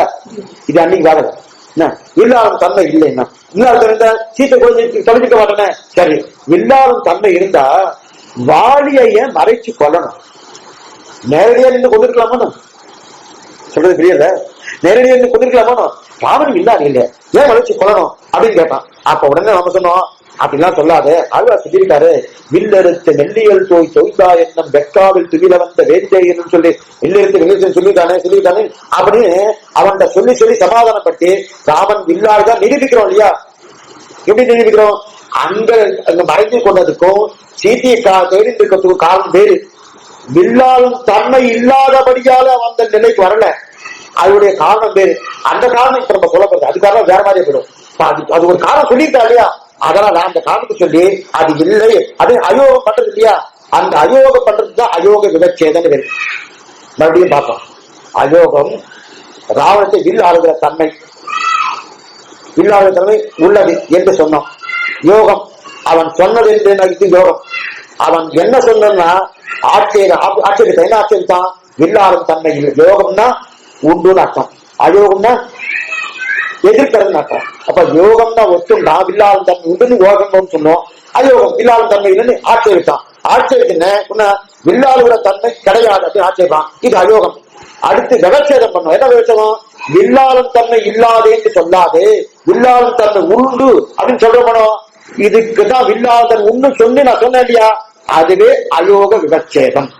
இப்ப இத கொண்டு போய் பிரம்மத்தை திருஷ்டாந்தம் தான் பாத்துக்கோ. ராமன் இதை கொண்டு போய் பிரம்மத்தை கொண்டு போய் சேர்க்கணும். அப்பதான் புரியும். இதோட இருந்து வச்சுக்கோ, ராமன் விஷயம் தான் பேசிக்க சீதாட்சத்தை அப்படின்னு இருக்கப்படாது. இப்ப என்னன்னா, இப்ப என்ன சொன்னா இதுக்கு சமாதானம் சொல்லிட்டு நிற்குதான் அயோக விவச்சேதம் பேரு. இப்ப முதல் பாடத்துல சொன்ன சமம் என்னன்னா, பிரம்மத்துக்கு ஜெகத்காரணத்துவம் இல்லை, கிடையவே கிடையாது. ஒருத்த ஆட்சேபித்தான். உடனே பிரம்மம் ஜெகத்காலம் என்று பேச ஆரம்பித்தோம். பிரம்மம் என்பதே கிடையாது. ஒருத்தர் சொன்னா பிரம்மமே கிடையாது, அப்புறம் ஜெகத்காரணத்தை சொல்றதுக்கு அதாவது அடியப்பட்டான்னு அடிய பிடிச்சோம். பிரம்மமே கிடையாது அப்புறம் ஜெகத்காரணத்துக்கு ஏன் வந்துட்டு இருக்கு? ஒருத்தன் ஆட்சேபம். ஒருத்தன் நான் பிரம்மத்தை நான் ஒத்துக்கிறேன், ஆனா அதுக்கு ஜெகத்காரணத்துவம் கிடையாதுன்னா இது நான் பிரம்மமே கிடையாதுன்னா இது அசம்பவம். பிரம்மத்தை நான் முதல் ஒத்துக்கலையே, அதன் பிறகு எது காரணத்தை ஒத்துக்கிறேன்? அது ஒரு ஆட்சேபம். இன்னொரு பிரம்மத்தை ஒத்துக்கொண்டு காரணத்தை ஒத்துக்கொள்ள மாட்டேன், இது ஒரு ஆட்சேபம். இதெல்லாம் இல்லைன்னு சொல்றா இல்லையா? அதை மாற்றி பிரம்மம் ஜெகத் காரணமே என்று நிரூபித்தது இல்லையா? இதுதான் அயோக விவச்சேத பாதம். இது நம்ம வெறுமை பார்த்துக்கோம், உள்ளுக்குள்ள சூத்திரத்தோடு பார்த்து வியாக்கியானத்தோடு பார்த்தோம்னா இது ஒரு லட்சம் போகும். பிரம்மம் விவச்சேத அயோக விவச்சேதம் நிரூபித்தல் அயோக விவச்சேதம். அதற்கு முதல் பாதம் முழுவதும் பிரம்மத்தின் காரணத்துக்கு உண்டா இல்லையா?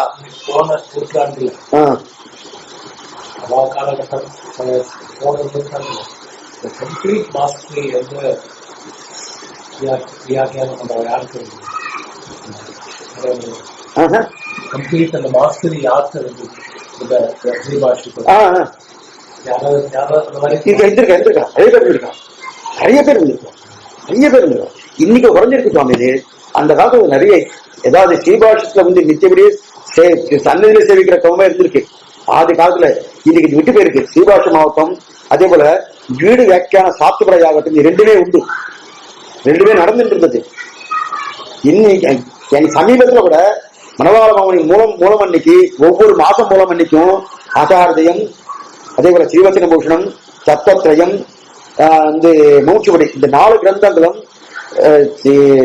திருவரங்கத்துல ஒவ்வொரு மூலத்துக்கும் செவிச்சுட்டு இருந்ததா. இன்னைக்கு செவிக்கிறாங்க தெரியாது, அந்த காலத்துல நடந்துட்டு இருந்தது. அதுல வானமான மரத்துல இது நடந்துட்டு இருந்தது. வானமான மரத்துல இன்னைக்கு செவிக்கிறது கிடையாது, மனுஷா கிடையாது செவிக்கிறதுல. இதெல்லாம் நிறைய விட்டு போயிருக்கு. ஆதி காலத்துல இதெல்லாம் இருந்திருக்கு. இந்த ஸ்ரீபாஷன் நிறைய செவிச்சிருக்கு. இதுக்குன்னு தனி ஒரு நிலையே இருக்கு. இத்தனையே இந்த வேத சாத்து பண்றது ஸ்ரீபாஷி சாத்தோட வந்து இன்னைக்கு நடக்குது. அர்த்தம் சொல்றதுக்கு இன்னைக்கு மனுஷன் இருக்கா கேட்கறவதான் கிடையாது. இன்னைக்கு வித்வான்கள் இல்லைன்னு சொல்லவே முடியாது.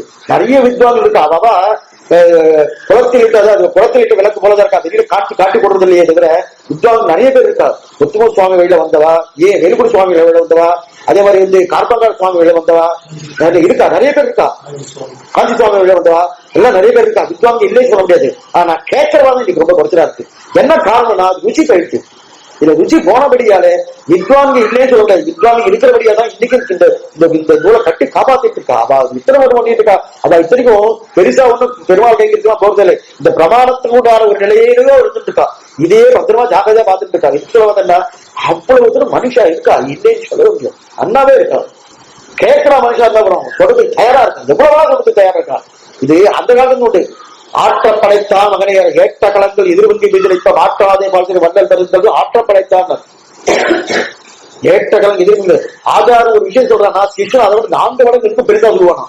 இன்னைக்கு திருப்பாவை வியாக்கியானத்தில் இது வந்துட்டு இருக்கு. இன்னைக்கு இல்ல அது எதுக்கு சொல்ல வந்தா அந்த மாதிரி உண்டு, இல்லே சொல்ல முடியாது. சீபாட்சத்துடைய நிலையை தனி தட்டுன்னு தெரிவிக்கிறார். ஆக பிரம்மன் என்பதே கிடையாது, அசம்பவம் என்கிறேன் இல்லையா. அப்ப இதெல்லாம் இல்லையே சொல்றா இல்லையா.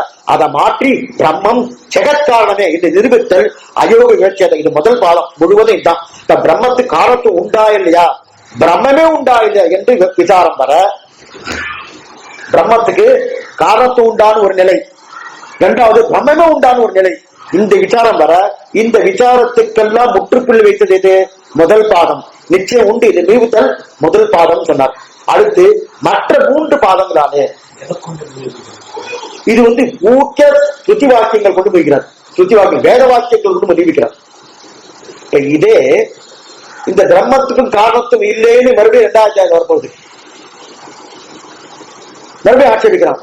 அப்போ அப்ப நமக்கு உடனே இங்க இருக்கிறா கேள்வி இருக்கிறா, சுவாமி இதுதான் ஏற்ற முதல் அத்தியாயத்தை வந்தாயிட்டு 2வது இது கேட்கணும். நான் சொல்ல போறேன் இது கேட்கறேன். அப்ப அங்க சொன்னது வேறு, இங்க சொன்னது வேறு, 2 வரப்படுது. இதெல்லாம் ஸ்ருதிகளை வைத்துக் கொண்டு வேத வாக்கியங்களை வைத்துக் கொண்டு பிரம்மத்துக்கு ஜெகத் காரணத்தும் கிடையாது, பிரம்மமே கிடையாது, பிரம்மமே கிடையாது. ஏன்னா கர்ம காண்டத்துல தேவதா காண்டத்திலையும் பிரம்மத்துக்கு அவ்வளவு பிராதானியம் கிடையாது.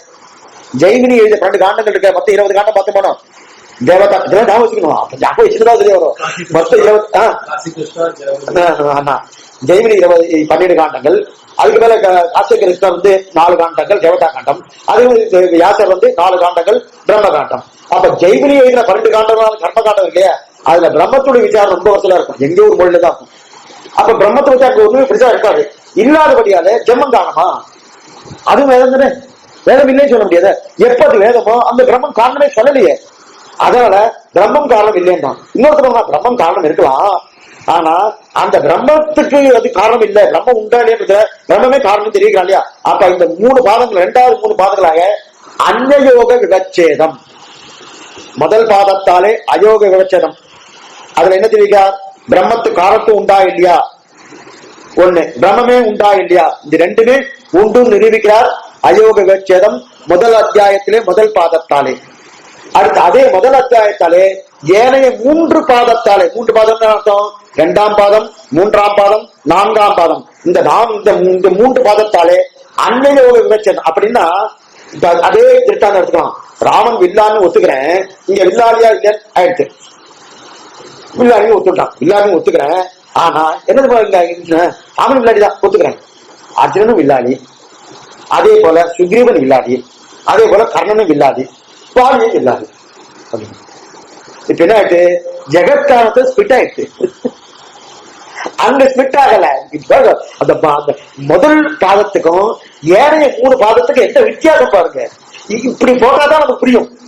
அதுலயே இதை கூட போய் சேர்த்து வச்சுக்க, என்ன சொல்றது, அயோமயமா இருக்குன்னு சொல்லணும். முதல்ல சொல்றது பிரம்மம் உண்டான்னு, அடுத்து பிரம்மத்துக்கு காரணத்தை உண்டான்னு. சரி ஒத்துட்டேன், பிரம்மத்துக்கு காரணம் உண்டு, காரணத்துவம் உண்டு, பிரம்மம் உண்டு ஒத்துட்டேன். சரி பிரம்மத்துக்கும் காரணத்துவம் உண்டு இருக்கட்டும், இவருக்கும் காரணத்தை இருக்கட்டுமே, இவருக்கும் இருக்கட்டுமே, அவருக்கும் இருக்கட்டுமே அப்படின்னு ஆட்சேபிக்கிறது ஏனைய 3 பாதங்கள். புரியாதா? அந்த ஏனைய 3 பாதங்கள் தான் நிறைய வம்பு வருது. பின்னாடி வச்சு சொல்றேன். அதுக்கு அந்நயோக விவச்சேதம் பேரு. அப்படின்னா என்ன சொல்ற மாட்டேன். இப்ப ராமன் வில்லாளிதான், அது என்னாச்சு, ராமன் வில்லாளி, சுக்ரீவன் வில்லாளி, கர்ணன் வில்லாளி, அதே போல ஏறோ ஒருத்தர் வில்லாளின்னு சொல்றா இல்லையா. அப்ப வில்லாளி ஒத்துக்கொண்ட, ஆனா இவனும் வில்லாளி தானே என்று, அதாவது அந்நிய யோகம், இவனிடத்தில் யோகம் என்று சேர்க்கை, அந்த வில்லாண்மையாவது அந்நிய ராமனை தவிர இன்னொருத்தர் இருக்கிறது ஆட்சேபிக்கிறான் இல்லையா. அப்ப கிடையாது, ராமனே இல்லாது. ராமனே இல்லாது, இவனை தவிர இன்னொருத்தருக்கு இல்லாலும் தன்னை சொல்லாது என்று மறுக்கிறான் இல்லையா, அதற்கு அந்நயோக விவச்சேதம் பேர். அப்ப அயோக விவச்சேதம் என்பது ராமனே இல்லாதையா சந்தேகம், அவன் இல்லாதையா சந்தேகம். இது பிரம்மம் உண்டா, பிரம்மத்துக்கு காரணத்துவம் உண்டா அப்படின்னு சந்தேகம். அதே போல ராமனுக்கு வில்லாத தன்மை உண்டா அப்படின்னு, இல்ல ராமன் வில்லாடியே அப்படின்னு முடிவுபட்ட இது அயோக விவச்சேதம். அதே போல பிரம்ம காரணத்துவம் உண்டா, உண்டு. பிரம்மமும் உண்டா, உண்டு. அது அயோக விவச்சேதம். இப்ப அந்நயோக விவச்சேதம்னா இன்னொன்னு என்ன ஆச்சுன்னா, இப்ப சரி சுவாமி ராமனை இல்லாத கேள்வி அந்நயோக விவச்சேதம் என்னன்னா, ராமனை தவிர இன்னொருத்தருக்கு இல்லாகிறான் என்கிற சந்தேகம். அதற்கு சமாதானம் தான் 3 பாதங்களை பிரம்மத்தை தவிர மற்ற சிலவருக்கும் காரணத்துவம் உண்டு என்று ஆரம்பிக்கிறான். பிரம்மத்தை மற்ற சிலருக்கும் காரணத்துவம் உண்டு அப்படின்னு ஆரம்பிக்கிறாங்க. பிரம்மத்துக்கே காரணத்துவம் இல்லை என்பது அயோக விவச்சேதம். பிரம்மத்துக்கே காரணத்துவம் இல்லை, அத சமாதானம் அயோக விவச்சேதம். அந்த பாதம் முடிச்சா முதல் பிரம்மத்தை தவிர மற்றவர்களும் காரணத்துவம் உண்டு. ஏன் ஆத்மாவை காரணம் சொன்னா என்ன, ஆத்மா தானே ஞானமயம் ஆனந்தமயம் தானே, அது காரணம் சொன்னா என்ன, அதுக்கு மேல அணுவை காரணம் சொன்னா என்ன, பரமாணு காரணம் நம்ம பாத்துக்கோம். அணுவை காரணம் சொன்னா என்ன, பிரகிருதி இந்த பூலோகத்தையே பிரகிருதியை காரணம் சொன்னா என்ன அப்படின்னு, ஆகாசத்தை காரணம் சொன்னா என்ன அப்படின்னு, எதை வேண்டுமானும் காரணம் சொல்லாதுன்னு ஆரம்பிக்கிறாங்க. இதெல்லாம் சொல்லாது பிரம்மத்துக்கு காரணத்துவம் நீ நினைக்கிறது போல கண்டவர்களுக்கு காரணத்தை ஏற்ற முடியாது என்று சொன்னது 3 பாதங்களாலே, ஏனைய 3 பாதங்கள். அப்ப முதல் அத்தியாயத்தில் 2வது பாதம், 3வது பாதம், 4வது பாதத்தாலே 3 பாதங்களாலே அந்நயோக விவச்சேதம் பண்ணார். அப்ப முதல் பாதத்தாலே அயோக விவச்சேதம், ஏனைய 3 பாதத்தாலே அந்நயோகம். ஆக இந்த 2 முக்கியமான விஷயத்தை நிரூபித்துதான் முதல் அத்தியாயத்துல 4 பாதங்களில் சுருக்கம். இப்ப முதல் பாதத்தாலே பிரம்மம் காரணமா, பிரம்மம் உண்டா இதை நிரூபிச்சார். அதை ஒத்துட்டான், பிரம்மம் காரணம் தான், பிரம்மம் இருக்க ஒத்துட்டேன். அடுத்து 2, 3, 4 வரைச்சே பாதம் வரைச்சே இல்ல பிரம்மம் காரணம் ஒத்துட்டேன், பிரம்மமும் காரணம், இவாளும் காரணம், அவாளும் காரணம், அவாளும் காரணம் வரைச்சே இல்ல பிரம்மமே காரணம் அப்படின்னு நிரூபிச்சது அந்த யோக விவச்சேதம். பிரம்மம் காரணம் நிரூபிச்சது அயோக விவச்சேதம். பிரம்மமே காரணம். நாராயணன் நமக்கு படை தருவான், இந்த பாடம் எடுக்கலாம். நாராயணன் நமக்கு படை தருவான் அயோக விவச்சேதம். நாராயணனே நமக்கு படை தருவான் அயோக விவச்சேதம். ரொம்ப சுலபம், ஆண்டாள மாதிரி சுலபமா புரிய வைக்கிற யாரும் கிடையாது.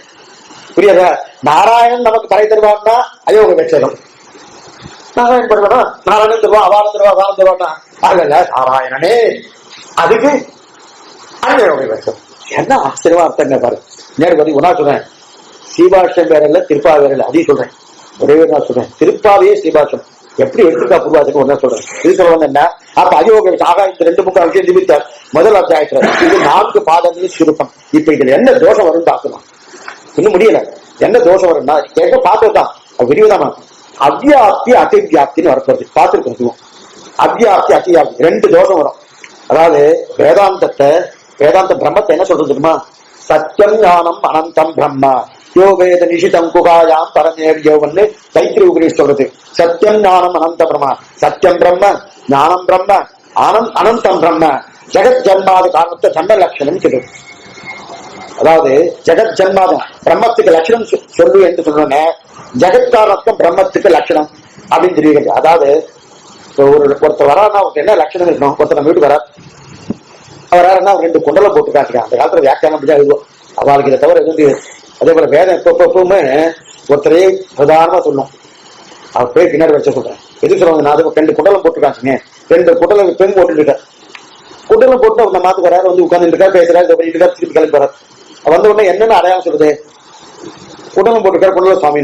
அவரை பார்த்து, சுவாமி நீ குண்டலம் என்ன போட்டேன்னா, நான் பிறந்ததுல இருந்தே போட்டு இருக்கேன், பிறந்ததுல 1 வருஷத்துக்கு ஆயிடுதான் காதை குத்துவா, குத்தச்சு அன்னைக்கு போட்டோதான் அன்னைக்கு கட்டுறதில்லை. அப்ப அவர் என்ன சொல்லுவோம், குண்டலி சுவாமி கொடுக்கணும் அவருக்கு. அப்ப அவருக்கு இதே அடையாளமா இருக்கு, குண்டலத்தை காத்து கொண்டு இருப்பாரா இல்லையா கேட்ட எந்த சாதிக்க சொல்றான் சொன்னா கூட, அப்ப அவர் அடையாளம் என்ன ஆகுது, குண்டலம் சுவாமின்னு அடையாளம் சொல்றியா. அப்ப அவருக்கு லட்சணமே குண்டலம் போட்டு கொண்டு தான் லட்சணம் ஆயிடுது. சில பேர் கையில விசிறி வச்சுட்டு இருப்பா, விசிறி சாமியான் இன்னொருத்தர் இருக்காரு விசிறி சாமியா இருக்கிறா, அவர் விசிறி சாமியா பேர் வச்சுட்டா கூட அப்ப அவருக்கு லட்சணம் இது, விசிறி வைத்துக் கொண்டுதான் லட்சணம் சொல்றான். அப்ப அவரை உடனே காட்டுக் கொடுத்த லட்சணம் இல்லையா. ஒருத்தரை நான் ஞாபகப்படுத்திக் கொள்ளணும்னாலே அந்த லட்சணத்தை சொன்னால்தான் உடனே ஞாபகம் வரும். ஒரு இடத்துல 10 வருஷத்துக்கு ஒருத்தரை பார்த்தோம், இந்த இடத்துல பேசிட்டு இருக்கேன், சுவாமி அன்னைக்கு அவர் பார்த்தோமே அப்படின்னு. யாரு தெரியல. உடனே அவருக்கு இந்த இடத்துல கருப்பா ஒரு மச்சம் இருந்து ஏதோ ஒரு இது இருந்து வச்சுட்டேன் அப்படி இருந்தது. ஓ அவரா, அப்ப அந்த லட்சணம் ஞாபகம் வந்து உடனே ஒரு ஞாபகம் வருது இல்லையா? அப்ப லட்சணத்தை சொன்னாலும் ஞாபகம் வந்து விடணும். அப்ப ஒருத்தருக்கு அடையாளம் இது லட்சணம் தானே. அப்ப அடையாளம் இதுன்னா அதே போல யாருக்கு எந்த அடையாளம் இருக்கோ அதை கொண்டே லட்சணம் சொல்றோம். குண்டலம் போட்டிருக்கார் அப்படின்னு அவருக்கு அடையாளம் சொல்றோம். அதே போல இன்னொருத்தருக்கு விசிறி வச்சுட்டு இருக்கார் அடையாளம் சொல்றோம். அந்த மாதிரி பிரம்மத்துக்கு எது அடையாளம்? அவர் குண்டலம் போட்டுப்பாரு, கிரீடம் போட்டுருப்பாரு, சாதனை போட்டு என்ன வேணா பண்ணுவார், எப்படி வேணா பண்ணுவார். அவருக்கு முக்கியமான அடையாளம் எது அப்படின்னா அப்ப பிரம்மத்துக்கு அடையாளம் ஜெகத் ஜன்மாதி காரணம். இது பிரம்மத்துக்கு அடையாளம். அடையாளம்னா என்ன? லட்சணம்னு அர்த்தம். இன்னைக்கு நல்லா புரிஞ்சுக்கோ, அன்னைக்கு இதை சொல்லல.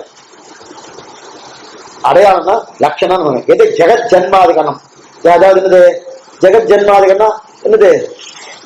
படைத்தல் காத்தல் அடித்தல் அகில பவன ஜன்மஸ்தேவ பந்தாதிலே சொல்ல வேண்டியதான். அது அப்படியே ஞாபகம் வச்சுக்க வேண்டியதான். அதேதான் அது இன்புறும் இவ்விளையாட்டுடையான் இல்லையா? அகில பவன ஜன்மஸ்தேவ பந்தாத. அப்ப முதலான காரணத்தை யாருக்கு உண்டோ அதுவே பிரம்ம லட்சணம். அப்ப இதுக்கு படைத்தல் காத்தல் அடித்தல் என்கிற காரணத்தும் யாருக்கு உண்டோ அதுவே பிரம்மத்துக்கு லட்சணம். தெரியுது? லட்சணம் அடையாளம் பார்த்திருக்கோம். அப்ப லட்சியம் எது? லட்சணம்னா அடையாளம் பார்த்தோம். லட்சியம்னா அடையாளத்தால சொல்லப்படுபவன் லட்சியம். அப்ப அடையாளத்தால சொல்லப்படுவது இது பிரம்மம் தானே. அப்ப பிரம்மம் தான் லட்சியம். அந்த பிரம்மத்துக்கு என்ன அடையாளம் சொல்றதோ அது லட்சணம்னு பேரு. நம்ம ஞாபகம், லட்சியம் பேரு லட்சணம் பேரு. பிரம்மத்துக்கு லட்சணம் எது? ஜெகத் ஜன்மாதி காலம் பிரம்ம லட்சணம். லட்சியம் எது? பிரம்மமே லட்சியம். அப்ப அந்த லட்சணத்தாலே பிரம்மத்துக்கு சொல்லிட்டு இப்ப ஜெகத் ஜன்மாதி காலம் லட்சணம், ஜெகத்து காலம் என்கிற அடையாளம் பிரம்மத்துக்கு என்பது லட்சியத்திலே உண்டு என்றுதான் பிரம்மத்துக்கு சொல்ல பார்க்கிறோம். பிரம்மத்துக்கு லட்சியம் எது? லட்சியம் பிரம்மம் தான். லட்சணம் ஜெகத் ஜன்மாதி காலம் சொன்னோம். இப்ப இதுல என்ன கஷ்டம் வரக்கூடாதுன்னா ரெண்டு முக்கியமான தோஷங்கள் வரக்கூடாது. ஜெகத் ஜன்மாதி காலம் இல்லாம இருக்கக்கூடாது, அந்த ஜெகத் ஜன்மாதி காலம் இன்னொருத்தரும் இருக்கக்கூடாது. இதுதான் அவ்வியாப்தி அதிவியாப்தின்னு பேரு. புரியுதா? ஏற்கனவே சொன்னதான் மறுபடியும் சொல்றேன். இதுக்கு அசம்பவம் அதிசங்கானை மற்றொரு பேர் உண்டு. அவ்வியாப்தி அதிவியாப்தின்னு தவிர அசம்பவம் அதிசங்கான 2 பேர் உண்டு. அவ்வியாப்தின்னா ஒரு மாடு பாசல்ல, என் குழந்தைக்கு மாடு எதுன்னு தெரியாது. உடனே குழந்தைக்கு ஓடி வந்துட்டு அப்பா இது என்னன்னு கேட்டுச்சு. அதுவா 4 மாடு அப்படின்னு சொன்னேன். பசுமாடு. பசுமாடா இதுக்கு அடையாளம் சொல்லிருச்சு. 4 கால் இருக்கு, 4 கால் இருக்கபடியா பசுமாடுன்னு சொன்னேன். சரி, கடைசிபட்சம் அந்த 4 கால் எல்லா பசுமாட்டுக்கு இருக்கணுமோ? இப்ப பசுமாட்டாலே 4 கால் இல்லைன்னா அப்ப அடையாளம் நான் கேட்ட எடுத்து இல்லைன்னு அர்த்தம். கடைசிபட்சம் 4 காலாவது இருக்கணும். 4 கால் இல்லைன்னா அது பசுமாடு இல்லைன்னு அர்த்தம் இல்லையா? இது பெரிய வம்பாபடியா. கடைசிபட்சம் நான் சொன்ன லட்சணம் லட்சியத்துல இல்லாம இருக்கக்கூடாது. இப்ப ஜெகத் ஜன்மாதி காரணம் சொன்னோம்னா பிரம்மத்துக்கு அந்த லட்சியத்துல இல்லைன்னா என்ன பிரயோஜனம்? அப்ப அந்த லட்சமே பிரயோஜனமே இல்லையா? அதே போல பசுமாட்டுக்கு 4 காலம் சொல்லியிருக்கணும். அந்த 4 காலம் இந்த பசுமாட்டுக்கு இல்லைன்னா என்ன அர்த்தம்? பசுமாட்டு தான் லட்சியம். அதுக்கு எது லட்சணம்? 4 கால்கள். லட்சணம்னானது அடையாளம். லட்சியம்னா அந்த அடையாளத்தை யாரு சொல்றதோ அவளை குறிக்கிறது லட்சியம்னு பேரு. அப்ப இந்த 4 காலால குறிக்கப்படுவது பசுமாடு. எப்ப பசுமாட்டை சொன்னோம் அந்த பசுமாட்டுக்கு 4 காலே இல்லைன்னு வச்சுக்க, அப்ப லட்சணம் பிரயோஜனமே இல்லை, அப்ப நிரூபிக்க முடியாது. அதே போல இப்ப என்ன அதுக்குதான் அவ்வியாப்தின்னு பேரு. நான் சொன்ன வஸ்து காரணம் அந்த லட்சியத்தில் இல்லைன்னா அதுக்கு அவ்வியாப்தின்னு பேரு. இப்ப ஜெகத் ஜன்மாதி காரணம் பிரம்மத்துக்கு இருக்குன்னு சொன்னோம், இல்லைன்னா அதுக்கு அவ்வியாப்தின்னு பேரு. இப்ப பிரம்மத்துக்கு ஜெகத் காரணத்து இல்லைன்னா அவ்வியாப்தின்னு. இப்ப நான் சொன்ன லட்சணம் லட்சியத்துல இல்லை, லட்சியத்துல இல்ல. லட்சியம் இந்த பசுமாட்டுல இல்ல, பிரம்மத்துக்கு நான் அப்புறம் எங்க போய் தேட? ஆக லட்சணம் லட்சியத்தில் இல்லாமல் போனால் அவ்வியாப்தி. அவ்வியாப்தி அவ்வியாப்தின்னு பேரு. இன்னொரு குற்றம் இருக்கு, இதுக்கு அதிவியாப்தின்னு பேரு. அதிவியாப்தின்னு பேரு. அதிவியாப்தின்னு என்ன அர்த்தம்னா இப்ப நான் சொன்ன லட்சணம் லட்சியத்தை தவிர இன்னொருத்தருக்கு இருக்கக்கூடாது அப்படின்னா பிரியத்துக்காக வாசல்ல குதிரை போயிட்டு இருந்தது. என் குழந்தை என்ன பண்ணிட்டு நேரம் வந்து அப்பா பசுமாடு போறதுன்னு. என்ன குழந்தை இன்னும் தெரியலையா உனக்கு? குதிரை போயிட்டு இருக்கு, பசுமாடு போயிட்டு இருக்கு. நேற்றுக்கு நீ தானே சொன்ன. பசுமாடு எப்படி இருக்குன்னு சொன்ன, 4 காலோடு இருக்கு அடையாளம் சொன்னீங்கன்னு.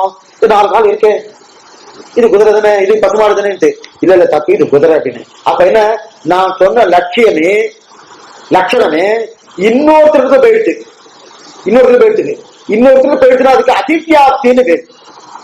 இதுதான் 2வது அத்தியாயம் 3வது அத்தியாயம் 4வது அத்தியாயம் 4வது பாதம், 2ஆம் பாதம் 3ஆம் பாதம் 4ஆம் பாதம்.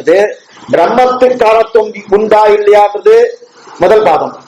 பிரம்மத்தை தவிர மற்ற பேருக்கு காலத்தை உண்டு உண்டு தெரிவிக்கிறா இல்லையா, அதுதான் 2, 3, 4. அதுதான் இதுக்கு அதித்யாப்தின்னு பேரு, அதித்யாப்தின்னு பேரு. அப்ப அந்த பசுமால தெரியாம அப்ப குதிரையை பார்த்து பசுமால சொன்னோம். அதுக்கு என்ன காரணம், நான் சொன்ன லட்சணங்கள் இன்னொரு வஸ்துல இருக்கு, இருக்கிறபடியால அதுக்கு அதித்யாப்தின்னு பேரு. அப்ப அதித்யாப்தி சொன்னதை தவிர வேற வஸ்துக்குள்ள இருந்தா போயிடுச்சுன்னா அப்ப அது இந்த தோஷம், இந்த 2 தோஷம் சொன்னாலே வியாப்தி பலிக்காது. வியாப்தி பலி எந்த 2 தோஷம் பிரம்மத்துக்கு வந்துட்டு வச்சுக்கேன் பிரியத்துக்காக, லட்சணமே நிற்காது. லட்சணமே நிற்கல என்னன்னா லட்சியத்தை சாதிக்கவே முடியாது. லட்சியமே பிரம்மம் தானே, ஜெகத் ஜன்மாதிகாலம் பிரம்மம். இப்ப ஜெகத் ஜன்மாதிகாலம் பிரம்மத்துக்கே இல்லைன்னா லட்சியம் நிற்காது, லட்சியம் பிரம்மம், லட்சியம் நிற்காது. ஜெகத் ஜன்மாதிகாலம் இன்னொருத்தர் இருந்துச்சு வச்சுக்கேன், அப்பவும் லட்சியம் நிற்காது. 2 குற்றம் இருக்கு. அவருக்கு இல்லாம இருக்குன்னா குற்றம், அவருக்கு இருக்கு இன்னொருத்தர் இருக்குன்னாலும் குற்றம். இதுதான் அவ்வியாப்தி. அவருக்கு இல்லைன்னா அவ்வியாப்தி, அவருக்கு இருக்கு இன்னொருத்தர் இருக்குன்னா அதிவ்யாப்தின்னு பேரு. ஆக அவ்வியாப்தி அதிவ்யாப்தி, பிரம்மத்தை தவிர வேறு எதிர்கால இந்த காலம் இருந்தா அதுக்கு அதிவ்யாப்தின்னு பேரு. அந்த காலம் பிரம்மத்திற்கே இல்லைன்னா அவ்வியாப்தின்னு பேரு. அப்ப பிரம்மத்திற்கு இல்லைன்னா அவ்வியாப்தி, பிரம்மத்தை காட்டு இன்னொருத்தர் இருந்ததுன்னா அதிவ்யாப்தின்னு பேரு. இந்த 2 தோஷங்களை பரிகரிக்கிறதுக்கு தான் முதல் பாதம், மேலே 3 பாதம். புரியுதா? முதல் பாதம் இது பிரம்மத்துக்கிட்டே இல்லைன்னு சொன்னது, மேலே 3 பாதங்கள் இது 2ஆம் பாதம் 3ஆம் பாதம் 4ஆம் பாதம். பிரம்மத்தை தவிர இன்னும் சில பேர் இருக்குன்னு சொல்றது, அதை படிக்கிறது, அது இல்லைன்னு செய்வதுதான் அது அதிவ்யாப்தின்னு பேரு. ஆக முதல் பாதமும் மேலே 3ஆம் பாதமும் அயோக விவச்சேதம் அத்தியாப்தி என்றும் ஒரே அர்த்தம். முதல் பாதமும் அயோக விவச்சேதம் அது அத்தியாப்தி, 2, 3, 4 அந்யோக விவச்சேதம் அது அதிவ்யாப்தி. புரியுதா? இது ஒண்ணும் கஷ்டமே இல்லை. ஆனா பூர்த்திய சிரத்தை கேட்கும். முதல் பாதம் காரணத்து உண்டா, பிரம்மம் உண்டா, இது அவ்வியாப்தி. அப்ப அதுக்கு அயோக விவச்சேதம் பேரு. காரணத்து உண்டு, இவரும் காரணம் அவரும் காரணம் அவரும் காரணம் அப்படின்னு வந்துட்டனா அப்ப பிரம்ம லட்சணமா இன்னொருத்துக்கு போயிட்டு அது அதிவ்யாப்தி, அது அந்யோக விவச்சேதம் பேரு. அப்ப அயோக விவச்சேதம் அந்யோக விவச்சேதம் அத்தியாப்தி வேறு அவை இல்லை. ஏன்னா இந்த சப்தங்களை சுவாமி இதுக்கு வேற ஏதாவது தமிழ் சப்தம் இருந்தா சொல்லுங்க, அது நம்ம ஞாபகம் வச்சுக்கணும்னா இது ஒண்ணுமே பண்ண முடியாது. இந்த சப்தத்தை தான் ஞாபகம் வச்சுக்கணும். இதுக்கு சரியான தமிழ் சப்தம் இருக்கானா இல்லை, இதை நம்ம ஞாபகம் வச்சுட்டாத்தான் இதெல்லாம் சில விஷயங்கள்லாம் இந்த ரகசிய கிரந்தம் விஷயத்திலையும் சரி, இந்த சீபாஷத்திலும் சரி, ஈடு வியாக்கியானத்திலும் சரி, அந்தந்த சப்தங்கள் தமிழ் கதைகள் உண்டு. இப்ப இவ்வளவு தூரம் சொல்லிட்டு இருக்கேன், வீட்டுல சில தமிழ் சப்தங்களா இருக்கு. நிலத்தேவர் குழுவானந்தம் ஒரு சப்தம், நிலத்தேவர் எழுதுவார், எழுதுவார் நம்பி நிலத்தேவன் எழுதுவார், அந்த நிலத்தேவன் படிப்பா. இப்ப தமிழ் தெரியாத தெலுங்குல இருக்கிறவா இல்ல வேற ஏதாவது பாஷையில இருக்கிறவா அவ ஈடு வியாக்கியானத்தை வாசிச்சாலும் அவ நிலத்தேவருக்கு என்ன சுவாமி, நிலத்தேவருக்கு என்ன சுவாமி, இது ஒருவேளை நம்ம தெலுங்குல இருக்கும், தெலுங்குல டிரான்ஸ்லேட் பண்ணிட்டு இதை எழுதிட்டு நம்ம தெரிஞ்சுக்கலாமான்னா முடியாது. இதே சப்தம் அங்க துல்லியமா போட முடியுமானா போட முடியாது. இது தமிழுக்கும் சம்ஸ்கிருதத்துக்கும் இருக்கக்கூடிய பெருமையே இதுதான். அதனாலதான் வடகலையும் தென்கலையும் அவ வேற எதுவும் இதை சொல்லிட்டு இருக்கா, அது இல்ல. வடகலை தென்கலை என்னன்னா 2மே உயர்ந்தது. அது என் பாஷையை வச்சுட்டு சொல்லிட்டு இருக்க, திருமணம் வச்சு இல்ல வச்சுக்கோ. என்ன பாஷை இருக்குன்னா வடகலை என்றதுன்னா சம்ஸ்கிருத பாஷை, தென்கலை என்றதுன்னா திராவிட பாஷை. இந்த திராவிட பாஷையும் உயர்ந்தது, வடகலை பாஷையும் உயர்ந்தது. எதுக்கு சொல்ல வந்தேன்னா அப்ப இது வேறு மொழியில இந்த மாற்றத்துக்கு வழி வடிக்காது. அப்ப அவ்வியாப்தி அதிவ்யாப்தி, அதே போல அவ்வியாப்தி தான் அயோக விவச்சேதம், அதிவ்யாப்தி தான் அந்யோக விவச்சேதம். அப்ப அயோக விவச்சேதம் கொண்டு அவ்வியாப்தி, அந்யோக விஷயம் அதிவ்யாப்தி, அது எதிர்த்தாப்புறம் இந்த 2 குற்றம் வருது. அப்ப இதில் ஞாபகம். ஆக அவ்வியாப்தி அதிவ்யாப்தி, அயோக விவச்சேதம் அந்யோக விவச்சேதம். ஆக அவ்வியாப்தி என்று லட்சணம் பிரம்மத்திலே போய் இல்லாம போகுது, அதிவ்யாப்தி பிரம்மத்தை தவிர வேறு ஒருத்தரிடத்திலே காரணம் இருப்பது. இது 2 பரிகாரம் பண்ணியதுதான் முதல் அத்தியாயத்தில் இருக்கக்கூடிய ஒரு நிலை. ஆக ஜகத்து காரணம் பிரம்மம், என்றுதான் அழகான வாக்கியத்தை சொல்லி ஸ்ருதியானது இப்படி எல்லாம் ஒத்து போறது. ஸ்ருதி இல்ல, ஸ்ருதினா வேதம், வேதமானது இப்படி எல்லாம் ஒத்து போகிறது என்று சொல்லி ஸ்ருதி வாக்கியத்தாலே ஜெகத்காரணம் பிரம்மம் என்று நிரூபித்தது இதுதான். அது கிடையாது என்று சொல்ல பிரம்மமே ஜெகத்தானம், பிரம்மத்துக்கு காரணத்துவம் உண்டு என்று முதல் பாதத்திலே சொல்லி பிரம்மத்துக்கு மட்டுமே காரணத்துவம் உண்டு, மற்ற பேருக்கு கிடையாது என்று நேரிட்டு ஒரு பாகம். அதான் நாராயணன் நமக்கு கரை தருவான், பிரம்மன் ஜெகத்காரணம், பிரம்மத்துக்கு மட்டுமே ஜெகத்தானும், நாராயணனே நமக்கே கரை தருவான். புரியுது இல்லையா? இத 3 பாதம் தாழ்ந்தனர். இதுதான் 4 பாதங்கள் அர்த்தம். இது முதல் அத்தியாயம் உரைக்கப்பட்டது. இது போகணும், உள்ள போயாச்சுன்னா மேல மேல எத்தனை இருக்கிறா தெரியுமா? முதல் அத்தியாயத்துல அதாதோ பிரம்ம ஜிஜ்ஞாசான்னு முதல் சூத்திரத்துல ஆரம்பிச்சு போயிட்டு இருக்கும். ஆனா முதல் சூத்திரம் 2வது சூத்திரம் 5 சூத்திரம் தாண்டத்துக்குள்ள போரும் ஆயிடும். அதுக்கப்புறம் கொஞ்சம் நிதானமா போகலாம். ஆனா அந்த 5 சூத்திரம் தாண்டத்துக்குள்ள எப்படி இருக்கணும் அப்படி இருக்கும். அப்ப 4 வாதங்கள் அர்த்தம் இது. முதல் ஒருத்தோட இது முதல் அத்தியாயத்தாலே முதல் பாதம் மறுபடியும் சொல்றேன். முதல் பாதத்தாலே அவ்யாப்தி தோஷத்தை பரிகரித்தார், மற்ற 3 பாதத்தாலே அதிவியாப்தி தோஷத்தை பரிகரித்தார். இது முதல் அத்தியாயத்தின் விஷயம். முதல் அத்தியாயம் வந்துட்டு இது முதல் அத்தியாயத்துல 4 பாதங்களுக்கு உண்டான நிலை. 2வது அத்தியாயம், முதல் அத்தியாயம் தேவையில்லை, 2வது அத்தியாயம் இன்னும் சமம். 2வது அத்தியாயம் முதல் அத்தியாயத்தில் ஜெகத்காரணத்தை பிரம்மத்துக்கு உண்டுன்னு சொன்னோம். முதல் அத்தியாயத்துல ஜெகத்துக்கு உண்டுன்னு சொன்னோம் அல்லவா? அப்ப நிறைய ஆட்சேபம் இருக்கு. என்ன ஆட்சேபம்னா ஸ்ருதியில என்ன ஆட்சேபம்னா நிறைய ஆட்சேபம். ஸ்ருதி பிரதிபத்தி போக்குறது முதல் அத்தியாயம், இப்ப வாதிவி பிரதிபதியை போக்கு 2வது அத்தியாயம். ஜூட்புரா அந்த வார்த்தைலாம் அவாதான் பண்ணணும். அதாவது ஸ்ருதி வாக்கியத்தால சொல்லப்பட்டதுனால அதுல வர குறைகள் குறை அதுல கிடையாது. இவ பார்த்த கண் பார்வையால குறை, அதை போக்கினது முதல் அத்தியாயத்தால. இப்போ அதே ஆட்சேபம் தான், பிரம்மத்துக்கு காரணத்து உண்டான ஆட்சேபம். ஆனா அந்த ஆட்சேபத்துக்கு இந்த ஆட்சேபத்துக்கு என்ன வித்தியாசம்னா அது ஸ்ருதியினால ஏற்பட்ட ஆட்சேபம். இங்கு வாதிவில் பிரதிபக்தி விப்ரதிபக்தி. என்னன்னா வாதம் பண்றா இல்லையா, எனக்கு இப்படி தோன்றது. இன்னைக்கு நிறைய பேர் இருக்கா, இன்னைக்கு நிறைய காந்தோனித்தனமா பேசுறாரு நிறைய பேர் இருக்கா இல்லையா, எனக்கு இப்படி தோன்றது. வாதி பிரதிவாதி வாதம் பண்றா இல்லையா, அந்த வாதி பிரதிவாதிகளை போக்கிறது 2வது அத்தியாயம்.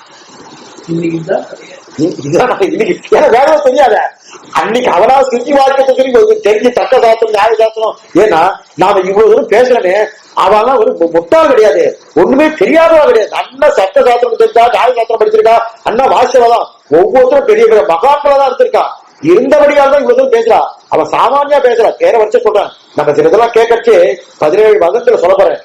ஒவ்வொரு மதத்தை நீங்க ஆரம்பத்துல கேட்கச்சு ரொம்ப நல்லா இருக்க சுவாமி, எதுக்கு சுவாமி ராமானுஜம் வந்து கேள்வியிலே சுவாமி அதுலயே போயிடலாம் அப்படின்னு தோணும். ஆரம்பத்துல அப்படிதான் தோணும். அதுக்கப்புறம் அது இருக்கு இந்தந்த குற்றங்களா இருக்குன்னு அப்பதான் தோணும். ரொம்ப நல்லா இருக்குது. அதுவும் நாம இன்னைக்கு வாழக்கூடிய வாழ்க்கையே அப்படியே சொல்லியிருக்கா மட்டும் அவ்வளவு நல்லா இருக்கும். இதுல வந்து 2வது ஏன்னா ஜெகத்காரணம் பிரம்மத்துக்கு ஒன்றுன்னு சொன்னா நிறைய ஆச்சரியம். ஸ்ருதி பிரதிபதி போக்குறது முதல் அத்தியாயம், வாதிவி பிரதிபதி இப்போ 2வது. சங்கதி ரொம்ப முக்கியம். அதாவது வித்தியாசம் தெரியணும். ஏன்னா முதல் அத்தியாயத்திலிருந்து ஏன் 2வது அத்தியாயத்துக்கு வந்தார், 2வது அத்தியாயத்துக்கு ஏன் 3வது அத்தியாயத்துக்கு போனார், 3வது அத்தியாயத்துக்கு ஏன் 4வது அத்தியாயத்துக்கு வந்தார். உயர்வரை முதல் பாட்டு ஆயிட்டு, அடுத்த 2ஆம் பாட்டு எது மனநக மலமர. ஏன் மனநக மலமர? ஏன் 2ஆம் பாட்டு கரவிசம் பெருமிழி இருக்கப்படாதா? ஏன் 2ஆம் பாட்டு சங்கத்தை தெரியும் பண்ணும். முதல் திருவாவழி உயர்வர வேணும், 2ஆம் திருவா விடுமின் முத்தமம். ஏன் விடுமின் முத்தமம்? 2ஆம் திருவாழி 10 அடிவருக்கு வந்தா என்ன வரலாம் பண்ணும், ஏன் வரப்படாது? இந்த கேள்வி வந்துட்டு எங்க வந்ததுன்னா 4ஆம் 10 திருவடி ஒன்னும் தேவம் உலகமும் இரும்பத்தும் யாதுமில்லா என்று 4 தன்னுடைய தேவலோக ஒளி படைத்தான். பொன்னம்போல் மணிவாளுடைய திருக்குறுகூரன் என்று ஆதிப்பிரான் என்று மற்ற தெய்வம் நாடுகிறே முடிச்சுட்டார். முடிச்ச உடனே 5ஆம் 10 முதல் திருவாங்க, 5ஆம் 10 2ஆம் திருவடி 2ம். ஆனா நேர சங்கதி எங்க தெரியுமா? 4-10 முடிஞ்சது ஆழ்வார் திருநருக்கு. இன்னைக்கு இருக்கக்கூடிய ஆழ்வார் திருநகரி அன்னைக்கு திருக்குறுகூர்னு பேரு, இன்னைக்கு ஆழ்வார் திருநகரி. அதுக்கு மங்களாசாசனம் ஆழ்வார் பண்ணிட்டார். அது அவதாரத்தில அச்சையில் பரத்துவம், அதுதான் அச்சையில் பரத்துவம். அச்சையில் பரத்துவம் முடிச்சிட்டார். முடிச்சதுக்கு அப்புறம் இந்த பாட்டை பாடம் அத்தனை பேர் தெரிஞ்சுட்டான். லோகத்துல எல்லாரும் தெரிஞ்சுட்டா. கிழிந்த உடனே ஆழ்வார் பொலிக பொலிக பொலிக போயிட்டு வள்ளியூர் சாபம் அப்படின்னு இந்த லோகமே, இந்த பூலோகமே கிருத்திக்கும் வாழ்த்தான். திரியும் கலியுகம் நீங்கி தேவர்கள் தாமும் புகுந்து பெரிய கிருதயுகம் பற்றி பேரின்பர் எல்லாம் தெரிக ஆழ்வார் கொண்டாடுறாரு, மங்களாசாசனம் பண்றாரு. அங்க சேகத்தீவ வாசிகள்லாம் பார்த்துட்டு ஓ கிருத்தகை வாழ்த்து போட்டு ஆழ்வார் என்னமா மாத்திட்டாரு. அத்தனை பேரும் திருந்திட்டாரு ஓஹோன்னு கொண்டாடு. பொழிக பொழிக சாந்தி சாந்தி சாந்தி பொழிக பொழிக பொழிக. அதே 3 சத்தம், அதே வேற 3 சத்தம் இருக்கு. அதே 3 சத்தம் சொன்னார். சொல்லி முடிச்சுட்டு நம்பில குறுக்க கேட்டுட்டார். குறுக்க ஒரு திருவாய்மொழி இருக்கு. கையார் சக்கரத்தியன் கருவாணிக்கவே என்றென்று பொய்யே கைப்ப சொல்லி புறமேகி. இதுக்கு சங்கரையே இல்லை. 4:10 முடிஞ்ச உடனே ஓஹோன்னு கொண்டாடணும். ஓன்னு ஆராய் சங்கதியே சேவையே சுவாமி குழப்பம். அத்தனை இந்த மாதிரி பூர்வாச்சார வியாக்கியானவங்களா ஒண்ணுமே சொல்ல முடியாது. அங்க எத்தனை அழகமா ஆட்சிமாதமா எடுத்திருக்காங்க. அந்த கையால் சக்கர அவதாரம் என்ன அழகா சொல்லி கேட்டுமா, எதுக்கு சொல்ல வந்தேனே. அதே போல முதல் அத்தியாயம் முடிஞ்சது, 2வது அத்தியாயம் ஏன் சங்கதி வந்தோம் இல்ல இது வந்து நம்பிலே கட்டுறாங்க. நம்பிலே கட்டுறது நம்பிலே ஒன்றுமே எடுத்துக்க. ஏன்னா ஆச்சாரியை வந்து பின்னாடி ஏற்பட்டோம். நம்பிலைக்கு முன்னாடியே தெரிஞ்சு உண்டு தெரிவிக்கலாம் உண்டு. ஏன்னா எம்பெருமானாலும் பார்த்துருப்பாரு. எம்பெருமான காலத்து முற்பட்டே இருக்கிறீங்க. ஏன்னா நடுவுல ஏன் குறுக்கு வந்துக்குன்னு தெரிஞ்சுக்கணும் இல்லையா. குறுக்கு இந்த பாட்டு வர வேண்டிய அவசியமே கிடையாது. இப்ப வந்து திடீர்னு பேசிட்டே இருக்கச்சு எத்தையோ பத்தி பேசினோம்னா சாமி ஏன் இந்த பேசுறாரு பைத்தியமான் கேட்கலாம் இல்லையா. நமக்கே தோணுதுன்னா அவளுக்கு தோணாதுன்னா நம்ம தோணும். எதுக்கு சொல்லுவாங்க. அதே போல முதல் அத்தியாயம் வந்து 2வது அத்தியாயம் எதுக்கு அப்படிங்கிறாங்க. அதுதான் அந்த 5 நிறைய வந்துட சங்கதி தெரியுமணும். ரொம்ப வித்தியாசமே. ஏன் முதல் அத்தியாயம் 2வது போனார், 3வது அத்தியாயம் எதுக்கு போனார்னா இந்த ஸ்ருதியின் படி நிறைய சந்தேகம் இருக்குது. வேத வாக்கியத்திற்கு நிறைய சந்தேகம். வேதத்தோடு சந்தேகம் இல்ல, இவா மனசுல இவாட எண்ணத்துல இவாட புத்தியில சந்தேகம். அந்த சந்தேகம் நிறைந்தது. அந்த வேத வாக்கியங்களை இப்படிதான் சொல்கிறது அப்படின்னு சொல்லுகிறது. அதனால பிரம்மத்து காரணத்தை சொல்ல வேண்டியது கிடையாது என்று யாரோ சொல்ல போக பிரம்மமே ஜெகத்காரணம்னு சொல்ல வேண்டியது நிர்பந்தம் வந்துட்டு அதுக்குள்ள முதல் அத்தியாயம் முடிஞ்சுட்டு இதான் சமன்வய அத்தியாயம். இது எது கொண்டு வேதத்தின் துணை கொண்டு அவ சொன்னதுக்கு அந்த வேதத்தின் மூலம் சமாதானம் சொல்லி பிரம்மமே ஜெகத்காரணம் சொல்லிட்டு அப்ப சுதி வாக்குகள் நமக்கு குழப்பம் வர அதை தீர்த்தது முதல் அத்தியாயம். அதோடு நின்னா பரவாயில்ல. அது நிமான இப்ப வாதம் பண்ணான். வாதி பிரதிபத்தி, அதாவது அவனவன் பேச தன்னெஞ்சில் தோத்தினதே சொல்லி இது வனவாதமான கவிதையில அவன் பேச ஆரம்பிச்சான். என்னவா நீ சொல்லுவான், அவன் பேசுறான். அவனுக்கு குழப்பம். ஏன்னா இந்த சுதி வாக்கியத்தை பார்த்த குழப்பம் இல்ல, எனக்கு இப்படிதான் தோணுது. ஆனா அவனும் ஆரம்பிக்கிறான். என்னன்னா இவன் ஒவ்வொருத்தரும் ஒவ்வொரு தர்மத்தில் சொல்ல ஆரம்பிக்கிறான். அந்த விரோதி கிடையாது, இந்த விரோதி கிடையாது, பிரம்மன் தான் ஜெகத்தம் சாதித்தது. இது அவிரோத அத்தியாயம். இதெல்லாம் விரோதம் கிடையாது, விரோதம் கிடையாது, விரோதம் கிடையாது. ஏன்னா முதல்ல சாதித்த சுதி வைத்துக் கொண்டு வேதத்தை வைத்துக் கொண்டு இப்ப வாதி பிரதிவாதி ஒத்தனான ஜெயினன் என்ன, ஆர்கதன் என்ன, அதுக்கு மேல வந்து சங்கர பாஸ்கர யாதவ பார்த்த 17 மதங்களுக்கு எடுத்து 15 இது வந்து இந்த மதங்கள் 17-15 மதங்கள் சொன்ன இல்லையா. அப்ப வரைச்சு அதை பாத்துக்கலாம். அந்த மதத்துடைய கண்டனம் ஒரு மனம், அந்த கடனை வச்சு அவன் என்ன சொல்றான் பிரம்மத்துக்கு, அதுக்கு சுவாமி எம்பெருமான் என்ன பதில் சொல்றாரு. இந்த 15 மதம் இப்ப இதுல பார்க்க போறது இதெல்லாம் பார்க்கணும். ஆனா இதுலயே பார்த்தோம்னா அது போயிடும். ஸ்ருதிக்கு போக வேண்டாம். நம்ம நேரடியா பார்த்தோம். ஆனா சுவாமி ஸ்ருதியோடு தான் காமிக்கிறார், தற்கடியா எல்லாத்தையும் காமிக்கிறார். நம்ம மேலெடுத்து நமக்கு புரியுற படித்தான் பார்க்க போறோம். ஆனா நல்லா புரியும் ஒண்ணு தங்க போறாங்க. இது அங்க கொண்டு போய் பார்க்கலாம். ஆனா இப்ப நான் சொல்றதெல்லாம் நீங்க ஞாபகம் வச்சுன்றதை அங்க கொண்டு போய் இன்னும் எப்படி முடியும். ஸ்ரீபாஷத்துல தான் சமம். எல்லாத்தையும் ஞாபகம் வச்சுக்கணும். இல்லாத நீங்க ஞாபகம் வச்சு நாமளும் ஞாபகம் வச்சுக்கணும். இல்லன்னா அன்னைக்கு வந்து ஒன்னும் பிரயோஜனம் இல்லை. இது சொல்லுவாங்கன்னா அப்ப இது என்ன தெரியுது, தேவத்துக்கு அவனவன் ஒவ்வொரு நாள் கிரமத்துக்கு குழப்ப சொல்ல விரோதிகள் கிடையாதுன்னு அதுக்கெல்லாம் நீ சமநிலைப்படுத்துறாலே அவிரோத அத்தியாயம். 2வது ஸ்ருதிக்கு பிரதி பரிகரித்தது முதல் அத்தியாயம். ஸ்ருதியில சொன்னது இல்லைன்னு சொன்னது அது தப்பு, நீ சொல்றது ஸ்ருதி இப்படிதான் சொல்லிட்டு சொன்னது முதல் அத்தியாயம். ஆனா வாதி பிரதிபக்தி பரிகரித்தது 2வது அத்தியாயம். 2வது அத்தியாயத்துல 4 பாதங்கள். 2வது அத்தியாயத்துல 4 அத்தியாயத்துக்கு 4 பாதங்களை பதிலிட்டோம். 4 பாதங்கள். இதுல வேற விதமா பிரிக்கிறார். என்ன விதம்னா இதுல பூர்வத்திட்டம் உத்தரத்திட்டம் 2 பிரிக்கிறார். ஏற்கனவே பூர்வத்துக்கும் உத்தரத்தையும் பிரிச்சிருக்கோம். அது இது இல்ல வச்சுக்கோ. அது பூர்வத்துக்கும் உத்தரத்துக்கும் எதுக்கு பிரிச்சிருக்கோம்னா அத்தியாயத்தை பிரிச்சிருக்கோம்.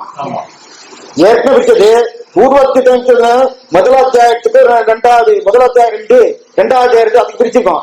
ஆனா இங்க பிரிக்கிறது அத்தியாயத்துக்கு இல்ல, பாதங்களுக்குள்ளே பூர்வத்திட்டம் உத்தரத்திட்டம் இருக்கிறார். அப்படின்னா 2 பாதங்கள் ஒரு தனித்தட்டு, 2 பாதங்கள் ஒரு தட்டு. ஆனா அங்க பிரிச்சது அத்தியாயத்தால பிரிச்சது. 2 அத்தியாயங்கள் ஒரு தனித்தட்டு, ஏழைய 2 அத்தியாயம் ஒரு தள்ளி பிடிச்சார். ஆனா இங்க பூர்வ என்ன சொல்ல ஞாபகம் வச்சுக்கணும். இங்க பூர்வத்துக்கு இருக்கணும் அந்த சொன்னதை சொல்றாரு போட்டுக்கு. அப்பனா இந்த இடத்துல உத்தரத்யுதம் பூர்வத்யுதம்னா முதல் அத்தியாயம் 2ஆம் அத்தியாயம் அது பூர்வத்யுதம். அதுக்கு பிறகு 3ஆம் 4ஆம் அத்தியாயம் இது உத்தரத்யுதம். அந்த அர்த்தம் இங்க இல்ல. இங்க 2வது அத்தியாயத்துக்குள்ள 4 பாதங்கள் இருக்கு இல்லையா, அந்த 4 பாதம் 2ஆ பிரிக்கிறார். இல்ல அப்படி வச்சுக்கலாம். இல்ல 2வது அத்தியாயத்துல 4 பாதம் வச்சுக்கணும். ஏன்னா நம்ம 5, 6 போட்டு கூடாது. 2வது அத்தியாயம் 4 பாதம் இருக்கு இல்லையா, அந்த 4 பாதம் முதல் 2 அத்தியாயம் அடுத்த 2 அத்தியாயம் அப்படிதான் வச்சுக்கலாம். 5, 6 அப்படி வச்சுக்கணும், கணக்கு வேற மாதிரி போயிடும். அப்ப 2வது அத்தியாயத்துக்குள்ளே முதல் 2 அத்தியாயம் பூர்வத்யுதம், 2ஆம் 2 அத்தியாயம் உத்தரத்யுதம். ஆனா அங்க சொன்னது அத்தியாயத்துக்கு சொன்னது முதல் 2 அத்தியாயங்கள் பூர்வத்யுதம் அத்தியாயத்துல. அங்க முதல்ல சொன்னது அத்தியாயத்தை கணக்கு போட்டு சொன்னோம். இங்க சொல்றது வந்து அத்தியாய கணக்கு இல்ல, 2வது அத்தியாயத்துக்குள்ள இருக்கக்கூடிய பாதங்களுடைய கணக்கு பூர்வத்யுதம் உத்தரத்யுதம் அப்படின்னு எடுக்கிறாங்க. அப்ப அதுல என்ன தெரிவிக்கிறாரு, இதுல முதல் 2ஆல ஸ்ருதிபாதம் தர்க்கபாதம் பார்த்துக்கணும். என்ன பாருங்க, ஸ்ருதிபாதம் தர்க்கபாதம், ஸ்ருதிபாதம் தர்க்கபாதம். அப்ப பூர்வத்யுதம் என்னது, ஸ்ருதிபாதம் தர்க்கபாதம். மேல் 2ஆல வியற்பாதம் பிராணபாதம், இந்த உத்தரத்யுதம். மேல் 2 பாருங்க, வியற்பாதம் பிராணபாதம் பேரு. வியற்பாதம் பிராணபாதம் இது உத்தரத்யுதம். ஸ்ருதிபாதம் தர்க்கபாதத்தாலே சில பேர் முதல்ல ஆட்சேபிக்கிறார். ஸ்ருதிபாதம் தர்க்கபாதத்தாலே சில பேர் ஆட்சேபிக்கிறார். ஆட்சேபிக்க என்ன பண்றாங்கன்னா, பட்சத்தை ஸ்தாபனம் பண்ணினது ஸ்ருதிபாதம். தன்னுடைய பட்சம் தன்னுடைய கொள்கையை அதை ஸ்தாபனம் பண்ணார், அது ஸ்ருதிபாதத்தாலே. அதற்கு பிறகு பரபட்சத்தை நிரசனம் பண்ணது தர்க்கபாதத்தாலே. தர்க்க சாஸ்திரத்தை வைத்துக் கொண்டு மத்தவா பேசுறத நிரசனம் பண்றார். பூர்வத்யுதத்துல முதல் 2 பாதத்தாலே, அதாவது ஸ்ருதிபாதம் தர்க்கபாதம். ஸ்ருதிபாதத்தாலே ஸ்வபட்சம் தன்னுடைய கொள்கை, தன்னுடைய பிரம்மத்தை ஸ்தாபனம் பண்ணிட்டு, அதுக்கப்புறம் தர்க்கபாதத்தாலே பரபட்சமான அவாவால யாரெல்லாம் எழுதி ஆட்சி வைக்கிறா அதை நிரசனம் பண்ணார். இது பூர்வத்யுதத்தாலே. ஸ்ருதிபாதத்தாலும் தர்க்கபாதத்தாலும் ஸ்வபட்சத்தையும் ஸ்தாபனம் பண்ணி பரபட்சத்தை நிரசனம் பண்ணார் சுவாமி. ஸ்வபட்ச ஸ்தாபனம் இருந்து பரபட்ச நிரசனம் எதுன்னு பார்த்தோம்னா, இப்ப இதுல ஆட்சேபம் என்னன்னா, பிரம்மத்துக்கு காரணத்துவம் இல்லை என்னுடைய சம்பிரதாயப்படி. உங்களுக்கு உடனே சந்தேகம் வரும். என்ன சந்தேகம் வரும்னா, பிரம்மத்துக்கு காரணத்துவம் இல்லை என்னுடைய சம்பிரதாயப்படி யாரோ ஆரம்பிச்சிருக்கிறான் இல்லையா, உடனே நமக்கு என்ன சந்தேகம், சுவாமி இதத்தான் முதல் அத்தியாயத்திலே பண்ணியாச்ச சுவாமி, இப்ப திரும்பி புனருக்கு தோஷம் வராதா? முதல் அத்தியாயத்தை பிரம்மத்துக்கு காரணம் இல்லை, முதல் அத்தியாயம் வாதம் பண்ணிருக்கானே, மறுபடியும் இங்க பிரம்மத்துக்கு வாதம் இல்லைன்னு சொன்னீங்கன்னா, இதே கீழ் அத்தியாயத்தை சொன்னீங்க, அதுக்காக மறுபடியும் சொன்னா அந்த பிரம்மத்துக்கு காரணத்தும் இல்லைன்னு ஸ்ருதியில் ஏற்பட்ட சந்தேகங்களை போக்குறது முதல் அத்தியாயத்தை. அதான் முதல்ல ஆரம்பத்துல ஜாகிரதையா சொன்னேன், 2 தடவை சொன்னேன். முதல் அத்தியாயத்தில் ஸ்ருதியில வேத வாக்கியங்கள் ஏற்பட்டக்கூடிய சந்தேகத்துக்கு அங்க தீர்த்தது முதல் அத்தியாயத்துல. ஆனா இங்க பண்றது வாதி பிரதிவாதங்கள் சந்தேகங்களை போக்கினது இந்த அத்தியாயம். புரியுதா? அங்க வேதத்தில் ஏற்பட்ட சந்தேகங்களை போகினது, இங்க தான் தோன்றுமா பேசுற இல்லையா, இல்லையே எனக்கு தோன்றது இது பாருங்க. ஆனா இந்த ஆக வாதி பிரதிய சந்தையை போக்கிறான், முதல்ல ஆட்சேபிக்கிறான். பிரம்மம் ஜெகத்தான்னு சொன்னீரு, தேவையில்லை, யாரு வேணும் ஜெகத்காரணமா இருக்கலான்னு ரொம்ப முக்கியம். நானே போய் நிக்கலாம், நானே ஜெகத்காரணம், என்னே செய்வீங்க, என்னே வந்து விழுங்கோ அப்படி சொல்லாமனோ, யார் வேணா ஜெகத்தை ஆரம்பிச்சான். சரி, பிரம்மம் ஜெகத்காரம் சொல்லி தேவையில்லை, யாருமே வேண்டாம்னா ஜெகத்காரத்தை சொல்லணும்னா நான் இப்ப அதை பற்றி கூட பேச வரல. சரி பேச வரல, அவன் ஆச்சரிக்கிற சொன்ன ஜெகத்காரன் சொல்லிடுற நீதி, சரி வச்சுக்கோ, உன் பிரகாரம் ஜெகத்காரன் இருக்கட்டும், உம்முடைய பிரம்மம் ஜெகத்காரன் சொல்லிடுற, எப்படிப்பட்ட காரணம் அது அவன் கேட்கிறான். எப்படிப்பட்டதான் கேள்வி. ஸ்ருதியின் படி பார்த்தா நம்ம வைக்கிறோம், ஸ்ருதியில வேதத்தின் படி பார்த்தா உபாதான காரணம், நிமித்த காரணம், சககாரி காரணம், திரிவித காரணம் பிரம்ம லட்சணம் சொல்லியிருக்கு. நம்ம எப்போ பார்த்துருக்கோம். 3 காரணம், உபாதானகம் பிரம்மனே, நிமித்த காரணம் பிரம்மனே, அது சககாரி காரணம் பிரம்மனே, பிரம்ம லட்சணம் சொல்லியிருக்கேன். அப்ப பாத்துக்கோ. அப்படி இல்ல உபாதானத்து காரணம் மட்டும் ஒத்துக்கிறேன், நிமித்த காரணத்தை ஒத்துக்க மாட்டேன் அவன் சாட்சி இருக்கிறான். பிரம்மத்துக்கு உபாதான காரணம் வேணா ஒத்துக்கிறேன், நிமித்த காரணம் ஒத்துக்க மாட்டேன்றான். ஒருத்தர் என்ன சொல்றான், நிமித்த காரணம் ஒத்துக்கிறேன், உபாதான காரணம் ஒத்துக்க மாட்டேன்.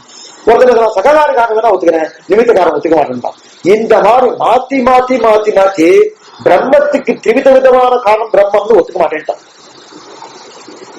இந்த ஸ்ருதி வாக்கியத்தால ஒத்துக்க மாட்டேன்னா. ஏன்னா இதுக்கு சொல்ல வந்தா இந்த மாதிரி யார் சொல்றான்னா ஒவ்வொரு வாதம் வைக்கிறான். வைசேஷிகம் ஒரு வாதத்தை வைக்கிறான். வைசேஷிக மதம் ரொம்ப ஆச்சரியமான மதம், ரொம்ப ஆச்சரியம். அதே மாதிரி நையாயிக மதம் அவன் ஒரு ஆட்சேபம் வைக்கிறான். சாருவாகன் அவர் ஒரு ஆட்சேபத்தை வைக்கிறான். யாதவ் பிரகாசம் ஒரு வாதத்தை வைக்கிறான். இந்த மாதிரி ஒவ்வொருத்தரும் ஒரு வாதத்தை வச்சு இவர் மட்டும்தான் காரணம் இருந்தார். அது மட்டும்தான் காரணம் இல்ல. உபாதான காரணத்துவம் பிரம்மத்துக்கு மட்டும் இல்ல, நிமித்த காரணம் பிரம்மத்துக்கு மட்டும் இல்ல, சில பேருக்கு வச்சுக்கலாம். அதனால ஆதாரத்துக்கு நிறைய பேர் இருக்கா. அதாவது இதற்கு அடிப்படை இல்லாம இவர் யாரும் ஆதாரம் இல்லை. என்னது அடிப்படை வச்சுட்டு இருக்காவ? அவன் அடிப்படை ரொம்ப அசுவா கேட்கிறா பாருங்க. நமக்கு நல்லா புரியும். இப்ப குயவன் மண்பாடத்தை பண்றான்னு, குயவன் தானே பண்ண பாட்டன் மண்பாடத்தை பண்றானோ, அப்ப மண்பாடத்தை பண்றேன்னா யார் சங்கல்பிக்கிறான்? குயவன் தானே சங்கல்பிக்கிறான். என்ன சங்கல்பம்?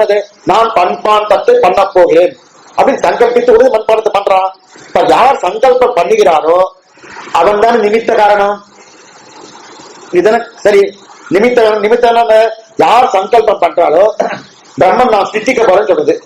இப்ப பிரம்மன் தான் நிமித்த காரணம். குயவன் நான் பானை பண்ண போறேன், அவன் தான் நிமித்த காரணம். அப்ப அவன் தான் நிமித்த காரணத்துக்கு எதை வைத்து கொண்டு பண்ணுகிறானோ அதுதான் உபாதான காரணம். மன்னதை வச்சு பண்றோம், மன்னதை வச்சு பண்றோம்.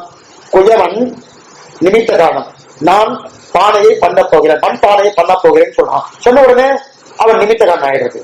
அதுக்கு மேல எதை வச்சு பண்றான்? மண் இருக்கு இல்லையா, மண்ணை வைத்துக் கொண்டு பண்றான். அதனால அது உபாதான காரணமா இருக்கு. சரி, அது உதவிப்படி வருது இல்லையே, அதெல்லாம் எது? அதுக்கு சககாரி காரணம்னு பேரு.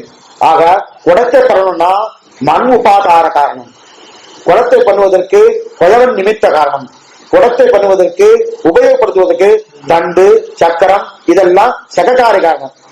இப்ப உலகம் உருவாகி இருக்கு இல்லையா, இப்ப இந்த ஜகத்துக்கு யார் உபாதார காரணம், யார் நிமித்த காரணம், யார் சககாரி காரணம்? இப்ப 3 விதமான காரணம் தெரியா. இப்ப பானைய பண்றதுக்கு நிமித்த காரணம் வேறு, சககாரி காரணம் வேறு, அடுத்து உபாதான காரணம் வேறு. நிமித்த காரணம் குயவன், சககாரி காரணம் தண்டு சக்கரம், உபாதான காரணம் மண்ணு.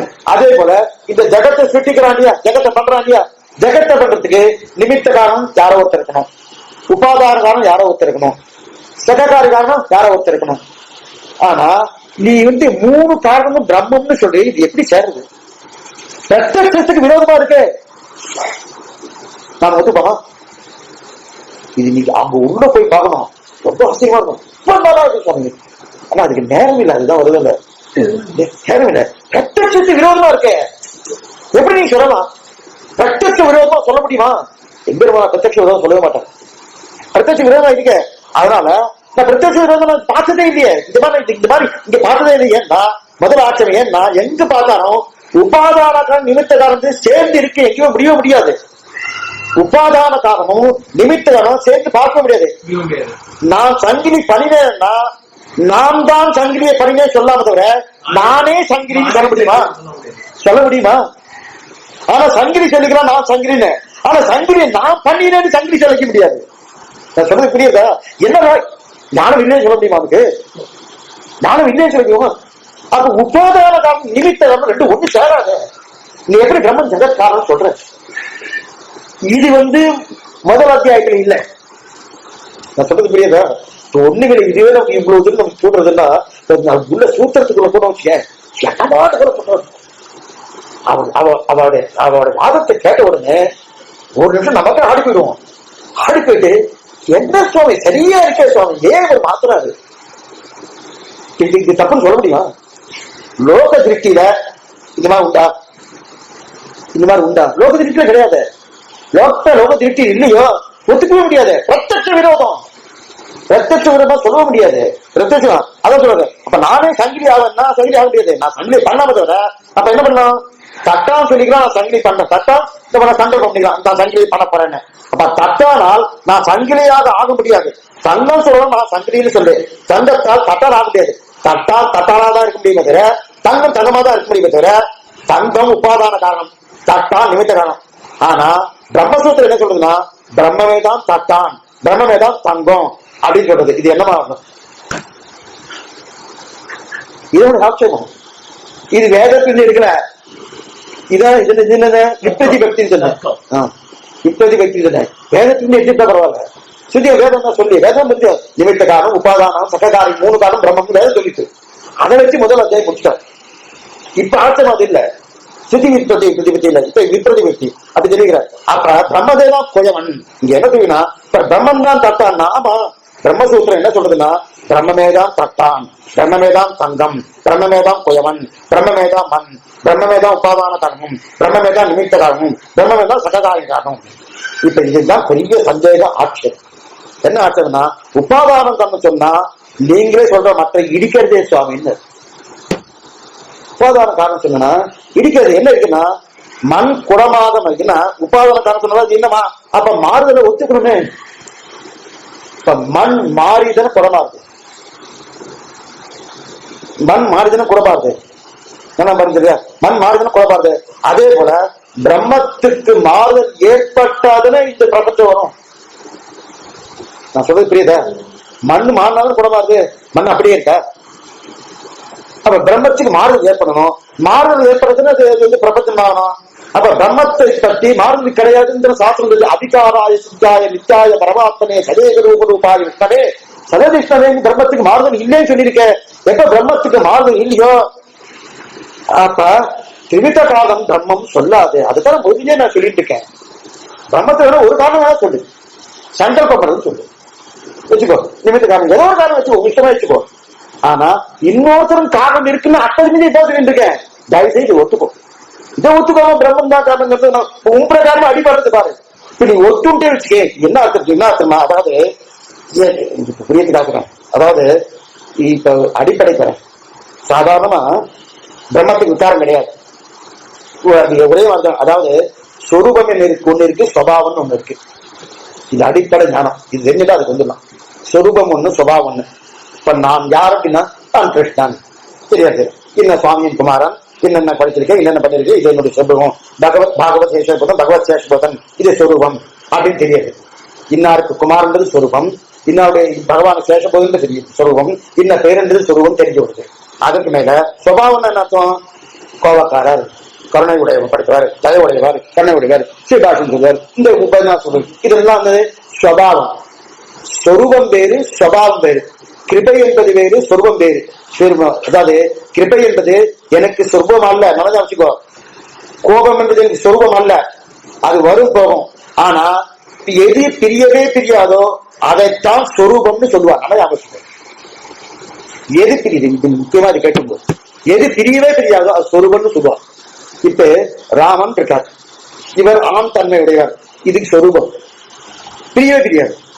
சுபாவம் இது, நாளைக்கு திடீர்னு கோவம் வரலாம், கோவம் இல்லாம போயிடலாம், ஜலதோஷம் பிடிச்சிக்கலாம். சொரூபம் ஜலதோஷம் ஆயிடுனா அப்ப எப்பவுமே இருக்கணும் இல்லையே. போயிடுச்சுன்னா அப்ப மாறது இல்லையா? அப்ப அது சுபாவம். சுபாவம் பேரு, சொரூபம் எப்பவுமே பிரியாம இருக்கதா சொரூபம்னு பேரு. அப்ப இந்த சுவாமியின் குமாரர் என்று எனக்கு நான் இந்த இன்னாருடைய சுவாமியின் திருவேங்கட சுவாமி குமாரர் அப்படின்றது இதுல மாற்றம் இருக்க போறதா? வராது. இப்ப இது சொரூபம். மாறாததுக்கு சொரூபம்னு பேரு. அப்ப எது வரப்போகுது, எது வரப்போகுது கிடையாதோ, போக போகுது கிடையாதோ அதுக்குத்தான் போகிறது. ஆக அது எனக்கு சொரூபம். திரும்பி வரப்போது கிடையாது, போக போறது கிடையாது. இனிமே பூசை வரப்போதா சொரூபம்? பகவத் சேஷபூதன் நான். பூசை வரப்போதா இல்லையே? இல்ல போயிடுமா? போகாத. நான் நினைச்சா போதுன்னா இல்ல, இயற்கையா தம்மதி இருக்கு. என்னுடைய நாலேஜுக்கு என்னுடைய அறிவுக்கு அது எட்டலைன்னா அதனால இல்லை அர்த்தம் இல்லை. நான் சொல்றது புரியுத? இன்னாருக்கு நான் தகப்ப, இன்னாருக்கு நான் தகப்பதான் கூட அந்த இன்னாரப்பா இது தெரியலன்னா கூட தகப்பனா இல்லைன்னு ஆயிடுமா? என்னுடைய அறிவுக்கு அது இல்லைன்னு வருது கவியத்தை. அதனால அடிய தகப்பனா இல்லைன்னு அது என்னுடைய தகப்பனா இல்லைன்றது அடியனுக்கு தெரியலனாலும் அது உண்டு, அது சொரூபம். தெரிஞ்சாலும் அது மாறப்போது இல்லை. தெரிஞ்சுட்டு சொன்ன இனிமே நான் தகப்பனா மாத்திக்கலான்னு இருக்கேன், மாற முடியுமா? எண்ண முடியாது. அதனால சொரூபம் மாறவே மாறாது. அப்ப அதே போல பகவான் சேஷபோதன் ஜீவாத்மா இது சொரூபம், எல்லாருமே சொரூபம், இது சொரூபம். இதற்கு மேல கருணை, கிருபை, கோபம் இதெல்லாம் சுபாவம். இப்ப 3 பேர் இருக்காடியா, சித்து, அச்சித்து, ஈஸ்வரன். இவ 3 பேருக்கு சொரூப சுபாவங்கள் எப்படி இருக்குன்னு பார்ப்போம். இதை வச்சுட்டு அவனை கொண்டு வந்து சேர்க்கலாம். பகவானுக்கு சொரூபம் இருக்கு, சுபாவம் இருக்கு. நமக்கும் சொரூபம் இருக்கு, சுபாவம் இருக்கு. அஜித்துக்கும் சொரூபம் இருக்கு, சுபாவம் இருக்கு. 3 பேருக்கு இருக்கா? 3 பேருக்கு இருக்கு. எப்படி இருக்கு முதல்ல தெரிஞ்சுக்கணுமே. ஈஸ்வரனுக்கு பகவானுக்கு சுரூபம். சுரூபம் இது பகவானுடைய சுரூபத்தை மூணுக்கு வித்தியாசம் பார்ப்போம். சொரூபத்தாலும் சுபாவத்தாலும் மாறவே மாறாது பரபிரம்மம். சொரூபத்தாலும் மாறாது, சுபாவத்தாலும் மாறாது. சுபாவம்னா என்ன சொன்ன? அடியனுக்கு கோபம், கருணை, கிருபை, இன்னும் சொன்ன இல்லையா? இதெல்லாம் பண்ணிட்டு இருக்கேன் இல்லையா? இதெல்லாம் சுபாவம்னு பேரு. சொரூபம்ன்றது நானான தன்மை. இன்னாவுடைய குமாரர், பகவத் சேஷபோதன், ஜீவாத்மா, இதெல்லாம் சொரூபம். இது மாறாது. இப்ப பிரம்மத்துக்கு பகவானுக்கு சொரூபமும் மாறாது, சுபாவமும் மாறாது. சுபாவம் என்னது? அவர் கிருபையாகட்டும் கருணையாகட்டும் மாறுமாட்டா மாறவே மாறாது. என்னைக்கு ஒரே மாதிரி இருக்கும், மாறவே. சொரூபமும் மாறாது, சுபாவம் மாறாது. ஜீவாத்மாவுக்கு சொரூபம் மாறாது, சுபாவம் மாறும். சொரூபம் மாறாது, சுபாவம் மாறாது. ஏன்னா சுபாவத்தின் சொரூபம் மாறாது, சுலபத்தால மாறாது, சுபாவம் மாறும். சித்து சொரூபம் மாறும், சுபாவம் மாறும். ஆனா அஜித் இருக்க, இது மூன்றுக்கு இருக்க வித்தியாசம். அஜித்துக்கு என்ன? சொரூபமும் மாறும், சுபாவமும் மாறும். புரியுதா? புரியுதா? சொரூபம் மாறும், சுபாவம். சொரூபத்தால சுபாவத்தால மாறாது பிரம்மம். சொரூபத்தால மாறாது, சுபாவத்தால மாறும் சித்து. சொரூபமும் மாறும், சுபாவமும் மாறும் அஜித்து. புரியுதா? சொரூபத்தாலும் சுபாவத்தால் மாறாது. இப்படி வச்சுக்கோ. சொரூபத்தாலும் சுபாவத்தால் மாறாது பிரம்மம். சொரூபத்தாலும் சுபாவத்தால் மாறும் அஜித்து. இது நடுவில் போட்டுக்கோ. சொரூபத்தால மாறாது, சுபாவத்தால மாறும் சித்து. இந்த இதுல கொஞ்சம் நல்லா சரியா புரிஞ்சோம். அப்ப அச்சரித்து இது அப்ப இந்த மூணுத்துக்கு இருக்கிற வித்தியாசம். இப்ப சொரூபம் மாறாது, பிரம்மம் ஜெகத்காரணம். இப்ப பிரம்மத்துக்கு சொரூபம் ஜெகத்காரணம். இப்ப பிரம்மத்துக்கு சுபாவம் எது? கருணை, கிருபை, ஸ்ரீயப்பதித்வம், பிரம்மம் அபாப்த சமஸ்த காமன், பிரம்மம் கௌரவாகனத்துவம், பிரம்மம் ஆதிசேஷ பரியங்கத்துவம், இதெல்லாம் சுபாவம்.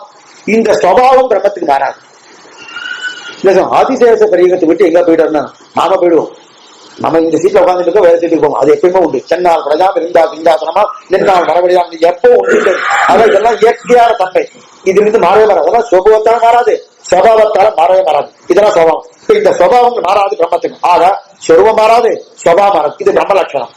ஆனா சித்தான ஜீவாத்மாவிற்கு சொரூபம் மாறாது. என்ன சொரூபம்? பகவத் சேஷபோதன் ஜீவாத்மா, ஆனந்தமயன் ஜீவாத்மா, ஞானமயன் ஜீவாத்மா. ஜீவாத்மா ஞானமயன். என்னைக்குமே ஞானம் உண்டு. இது பைத்திய மாதிரி அழிஞ்சுட்டு இருக்குன்னா அது ஜீவாத்மா அந்த சரீரத்தால் ஏற்பட்ட அந்த கர்மவசத்தால் ஏற்பட்டதை தவிர ஜீவாத்மா உண்மையிலே என்ன? ஞானமயன், ஆனந்தமயன். சொரூப ஆவிர்வாகம் பெறுகிறான். அங்க போன சோஸ்மதே கர்மான் காமான் சகப்பிரமணா விபசித்தான். அங்க போனோடனே சொரூப ஆவிர்வாகம் இயற்கையான தன்மை பெறுகிறானா. ஆத்மான இயற்கையான தன்மை பெறுகிறான்னு என்ன அர்த்தம்னா அதுதான் இயற்கை.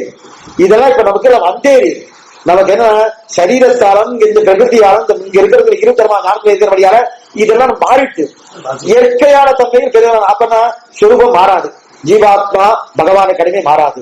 ஜீவாத்மா அதாவது ஆனந்தமே மாறாது, ஞானமே மாறாது. அது சுபாவம் மாறும். ஏன்னா இந்த சம்சார சம்பந்தம் இருக்கிறபடியால சுபாவம் மாறும். கொஞ்ச நாள் ஓட அழகான், துக்கத்தால் அழகான், கஷ்டமா இருக்கு சுவாமின்னு கொஞ்ச நாள் சந்தோஷப்படுறான். பத்தினி புத்திராதிகளும் சந்தோஷமா இருக்கு, என்னதான் ஆனந்தமா இருக்கு, என்னதான் ஆனந்தமா இருக்கு, சந்தோஷப்படுறான். அப்ப இன்பத்தை அனுபவிக்கிறான், துன்பத்தை அனுபவிக்கிறான். கொஞ்சம் சிரிக்கிறான், கொஞ்சம் அழறான். அப்ப ஆடுறான், பாடுறான், ஓடுறான். இதெல்லாம் இருக்கு இல்லையா? இதெல்லாம் சுபாவத்தால விகாரம் ஏற்படுது இல்லையா? இதெல்லாம் சுபாவ விகாரம். சொரூபத்தில் சித்து மாறவே மாறாது, ஆனா சுபாவத்தால மாறுது. ஆனா அச்சித்து சொரூபத்தால மாறும், சுபாவத்தால மாறும். இது அச்சித்து தானே. இது அச்சித்துன்னு சொல்லக்கூடாது. ஏன்னா இது சிவாச்சித்து உள்ளடக்கிறீங்க. இதை வச்சுப்போம், அச்சித்துன்னு வச்சுப்போங்க. வச்சுட்டா விட இத சொரூபம் என்னது, இதுக்கு சுபாவம் என்னது? சொரூபம் என்ன? ஆச்சரியமா திருக்கிறாங்க. புத்தகத்தை என்ன லட்சம்னா பல பலன். இது இந்த புத்தகத்தை லட்சணம் புத்தகத்தை கீச்சு போடலாம், எது வேணா பண்ணலாம், என்ன வேணா பண்ணலாம். அப்ப சொரூபம் மாறிடுது. புத்தகத்தை கீச்சு போட்டா புத்தகத்தான தன்மை போயிடுது இல்லையா? கீச்சு போட்டனா இப்ப சொரூபம் மாறுது. சுபாவம் என்ன? அட்டை போட்டிருக்கா, என்ன வரைபடம் போட்டிருக்கா, இதெல்லாம் பண்ணிருக்கா இல்லையா? இதுவும் என்ன வேணா பண்ணிடலாம். அப்ப சொரூபம் மாறுறது, சுபாவம் மாறுது. இந்த மூன்று நிலைகள் மூன்று நிலை கொண்டு. அப்ப பிரம்மத்துக்கு சொரூபம் மாறாது, சுபாவம் மாறாது. சித்தான ஜீவாத்மாவுக்கு சொரூபம் மாறாது, சுபாவம் மாறும்.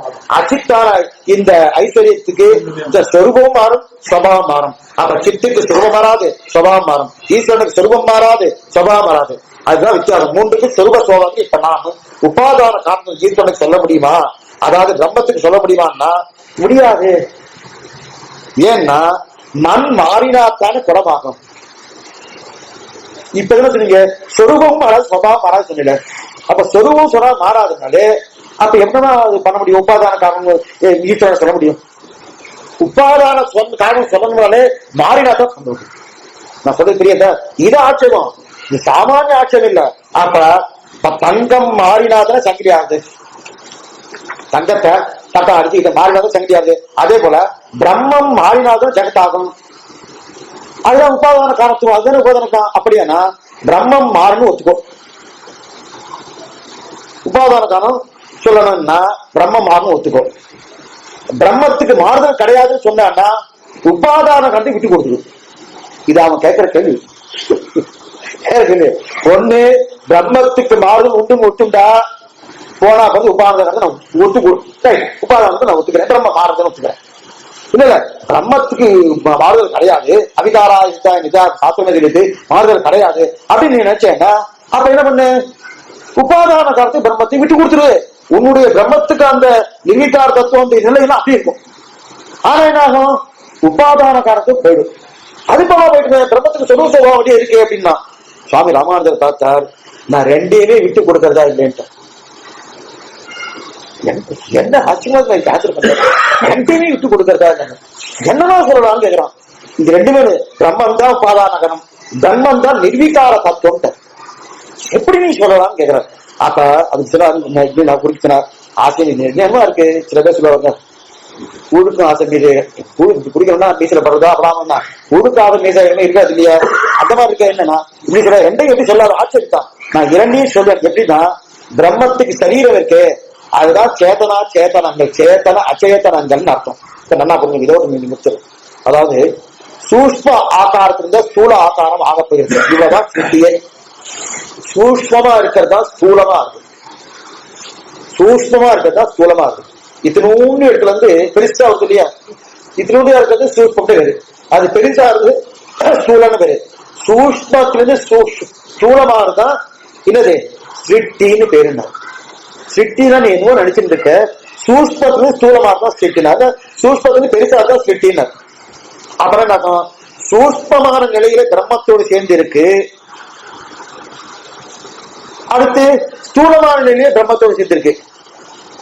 அப்படின்னா நான் என்ன ஆகுனா பிரம்மமே பிரம்மமாகும். இது என்னமா சுவாமி எனக்கு புரியவே இல்லையே. பிரம்மமே பிரம்மமாகும் அப்படின்னா இதான் நம்முடைய சம்பிரதாயம். அதாவது எதுவுமே ஆகாது. பழைய காலத்தில் இருந்த அதே பிரம்மம் தான் சிருஷ்டி காலத்துல உண்டு. ஆனால் வித்தியாசம் என்ன தெரியுமா? பழைய காலத்தில் கட்சியே சிருஷ்டி காலத்துல உண்டு, அதே பிரம்மம் தான். பழைய காலத்துக்கு வேற பிரம்மம், சிருஷ்டி காலத்துக்கு வேற பிரம்மம், வித்தியாசம் கிடையாது. பழைய காலத்தில் இருந்த அதே பிரம்மம் தான் சிருஷ்டி காலத்துல உண்டு. ஆனா வித்தியாசம் என்ன தெரியுமா? வித்தியாசம் என்ன தெரியுமா? அப்ப சூஷ்மமா சித்து அச்சித்துகளோடு கூடியிருக்கு, இப்ப ஸ்தூலமா சித்து அச்சித்துகளோடு கூடியிருக்கு.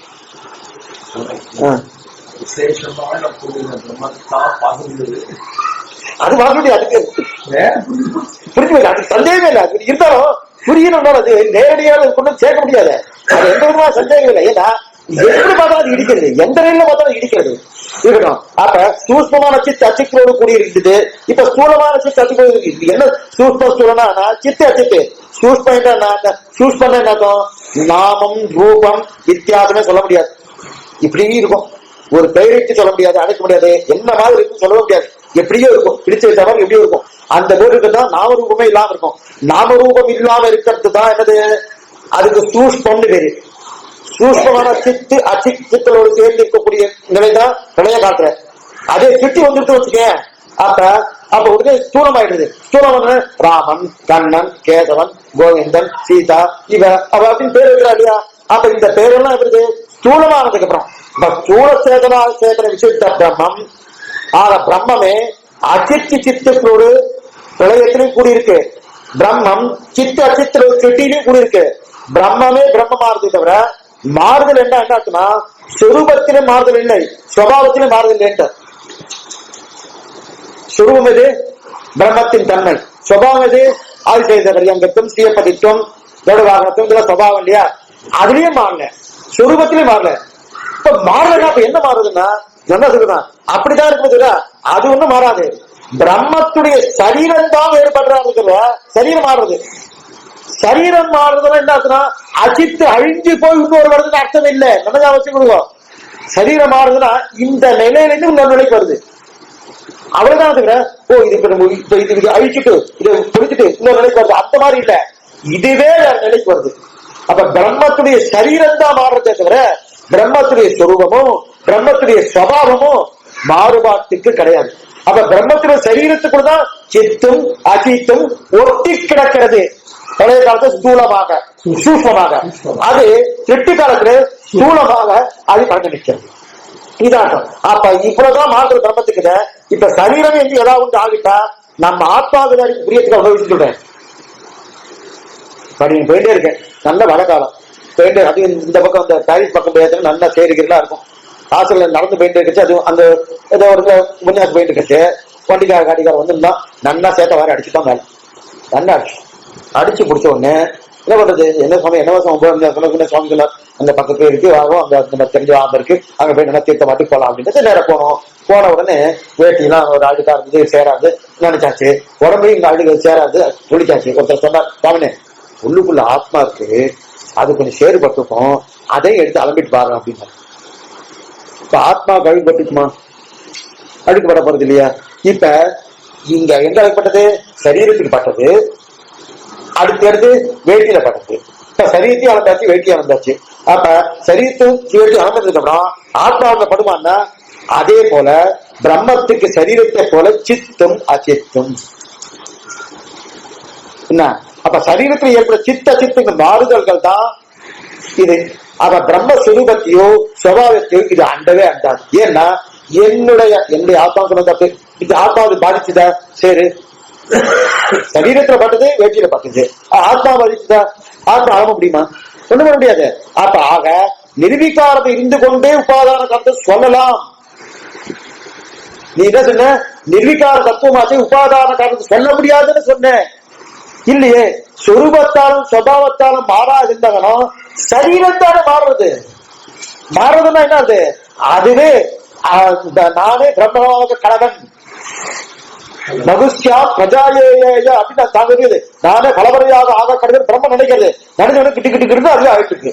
அவருடைய சரீரம் தான் இருந்தே தவிர அதனுடைய சொரூபமோ சுபாவமோ மாறுவதே கிடையாது. அதுதான் அதிகாராய சித்தாய நித்தியாகம் சதைக ரூபாய 2 ரூபம் வந்து சொரூப சுபாவாயம்.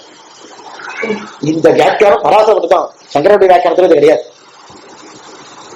குறிப்பறிந்து பண்ணக்கூடிய வியாக்கியானம் நம்முடைய பூர்வாசர். அதான் இன்னைக்கு அப்புறம் பூர்வாசருடைய வியாக்கியானத்தை பார்த்ததுக்கு அப்புறம் மற்ற சொன்னதே நான் அபத்தமாதான் நேரடியா இருக்காது. இது சொல்ல வந்தா உபாதான காலம் சொல்லலாம் என்பது நம்முடைய சம்பிரதாயம். அதையெல்லாம் விசாரித்து பரபட்சத்தை நிரசனம் பண்ணினார்.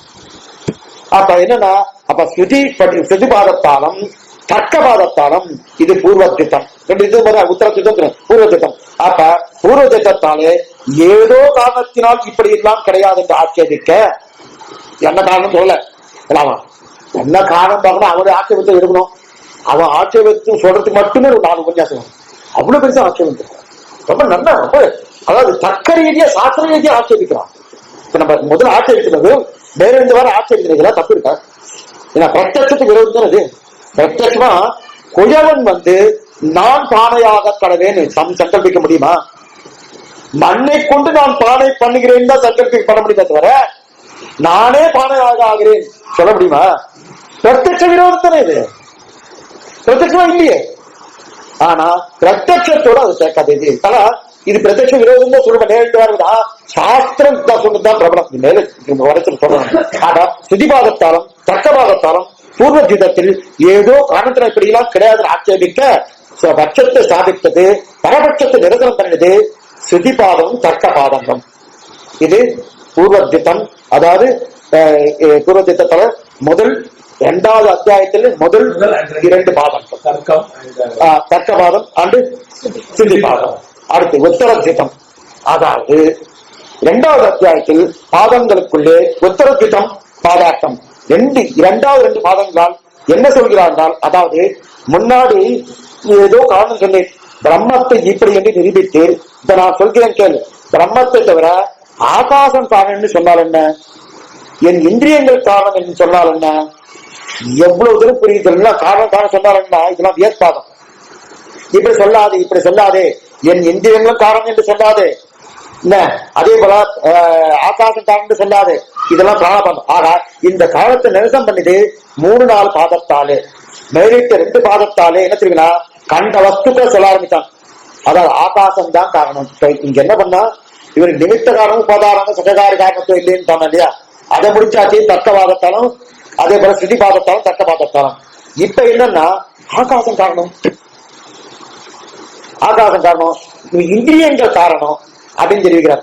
அப்ப இந்திரியங்கள் தான் காரணம் என்றால் இல்லை என்று நேசம் 2வது அத்தியாயத்துல இந்திரியம் காரணம் இல்லைன்னு 3-4 பாதங்கள். வியத் பாதம் என்பது ஆகாசம், ஆகாசம் எல்லாம் காரணம் சொல்லுன்னா இல்லைன்னா. அடுத்து பிராணபாதம் இந்திரியனுக்கு காரணம் சொல்வதற்காக இல்லை என்றார். ஆக ஸ்வதிபாத தர்க்கபாத வியற்பாத பிராணபாதங்கள் இந்த 4 பாதங்களே முதல் 2 பாதங்களை இது இப்படித்தான் என்று தன் மதத்தை ஸ்தாபித்தார். இதுதான் என்னது, அதாவது இந்திரியங்கள் காரணம் இல்லை. இப்ப இந்திரியம் காரணம் நிறைய போயிடும். இந்திரியங்கள் காரணம் இல்லை, ஆகாசம் காரணம் இல்லை, பஞ்சபூதங்கள் காரணம் இல்லை அப்படின்னு தெரிவித்தார். இது எது 2வது பாதத்தால, அதாவது வியற்பாதம் பிராணபாதம். வியற்பாதம் பிராணபாதத்தால 2 சேர்ந்து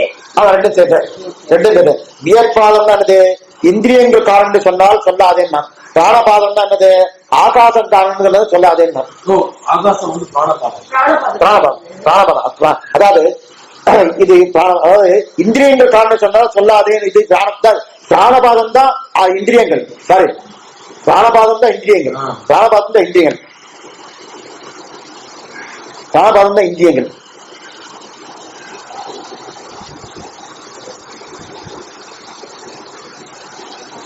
வியற்பாதம் என்பது ஆகாசம், ஆகாசம் எல்லாம் காரணம் என்று சொல்பவர் இல்லை என்றார். இது அடுத்து பிராணபாதம் இந்திரியங்கள் காரணம் சொல்லாது, இந்திரியங்களுக்கு தான் பிராணபாதம் என்று, ஆகாசம் தான் வியற்பாதம். ஆக இதெல்லாம் சொல்லாதீங்க. அப்ப ஸ்ருதிபாதம் தர்க்கபாதம் வியற்பாதம் பிராணபாதம் இந்த 4 பாதத்தாலே முதல் 2 பாதங்களாலே இப்படித்தான் என்பதை ஸ்தாபித்தார். உபாதான காரணத்துவம் நிமித்த காரணத்துவம் சககார காரணத்துவம் 3ம் பிரம்மத்துக்கு உண்டு என்று சொல்லி அதை தன் பட்சத்துக்கு சொல்லி எதிரிகளின் பட்சத்தை நிரசித்தார்.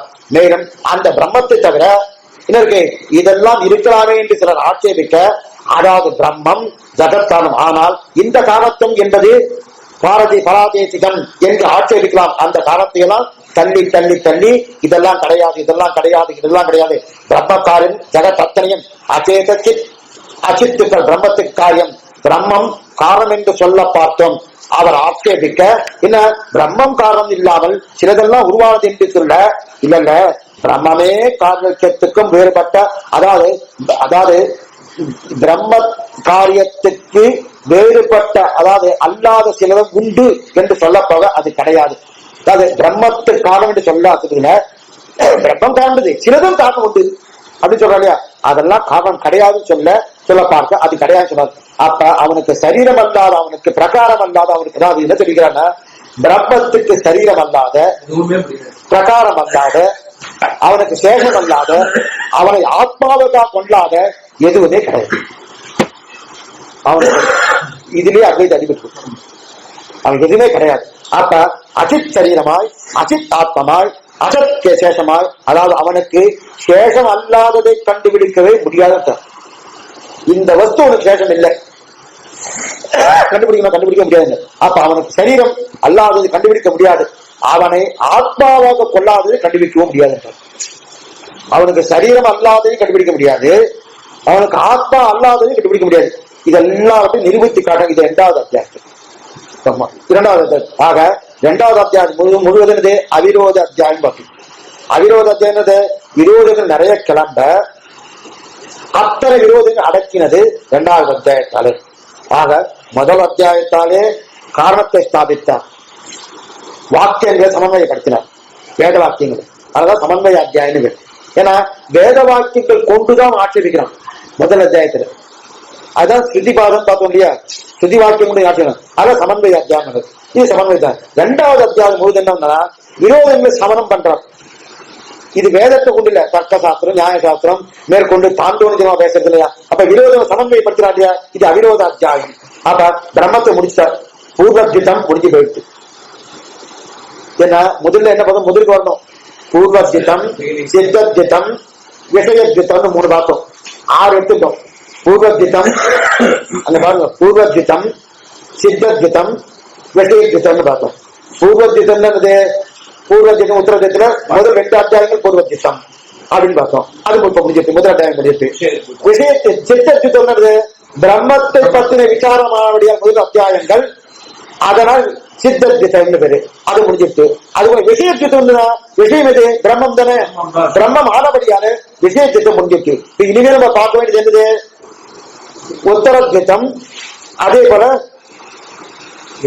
விஷயஜித்தம், அதுக்கப்புறம் இந்த பூர்வஜித்தம் உச்சஜித்தம் விஷயஜித்தம் 3 இருக்கு இல்லையா.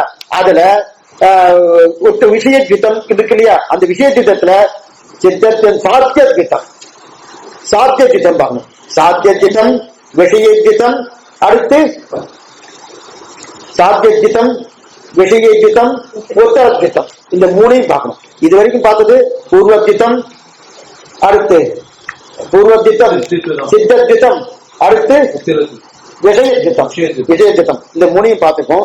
இனி அந்த 3ஐயும் பார்க்கணும். இதுல சாத்திய இதுன்னா அப்ப இந்த விஷயத்துல சித்தத்தை முடிஞ்சு சொல்லிட்டு விஷயத்தை முடிஞ்சிட்டு இனிமே விஷயஜித்தம் சாத்தியஜித்தம் இது ரெண்டு பேர் நம் பிரயத்தனம்.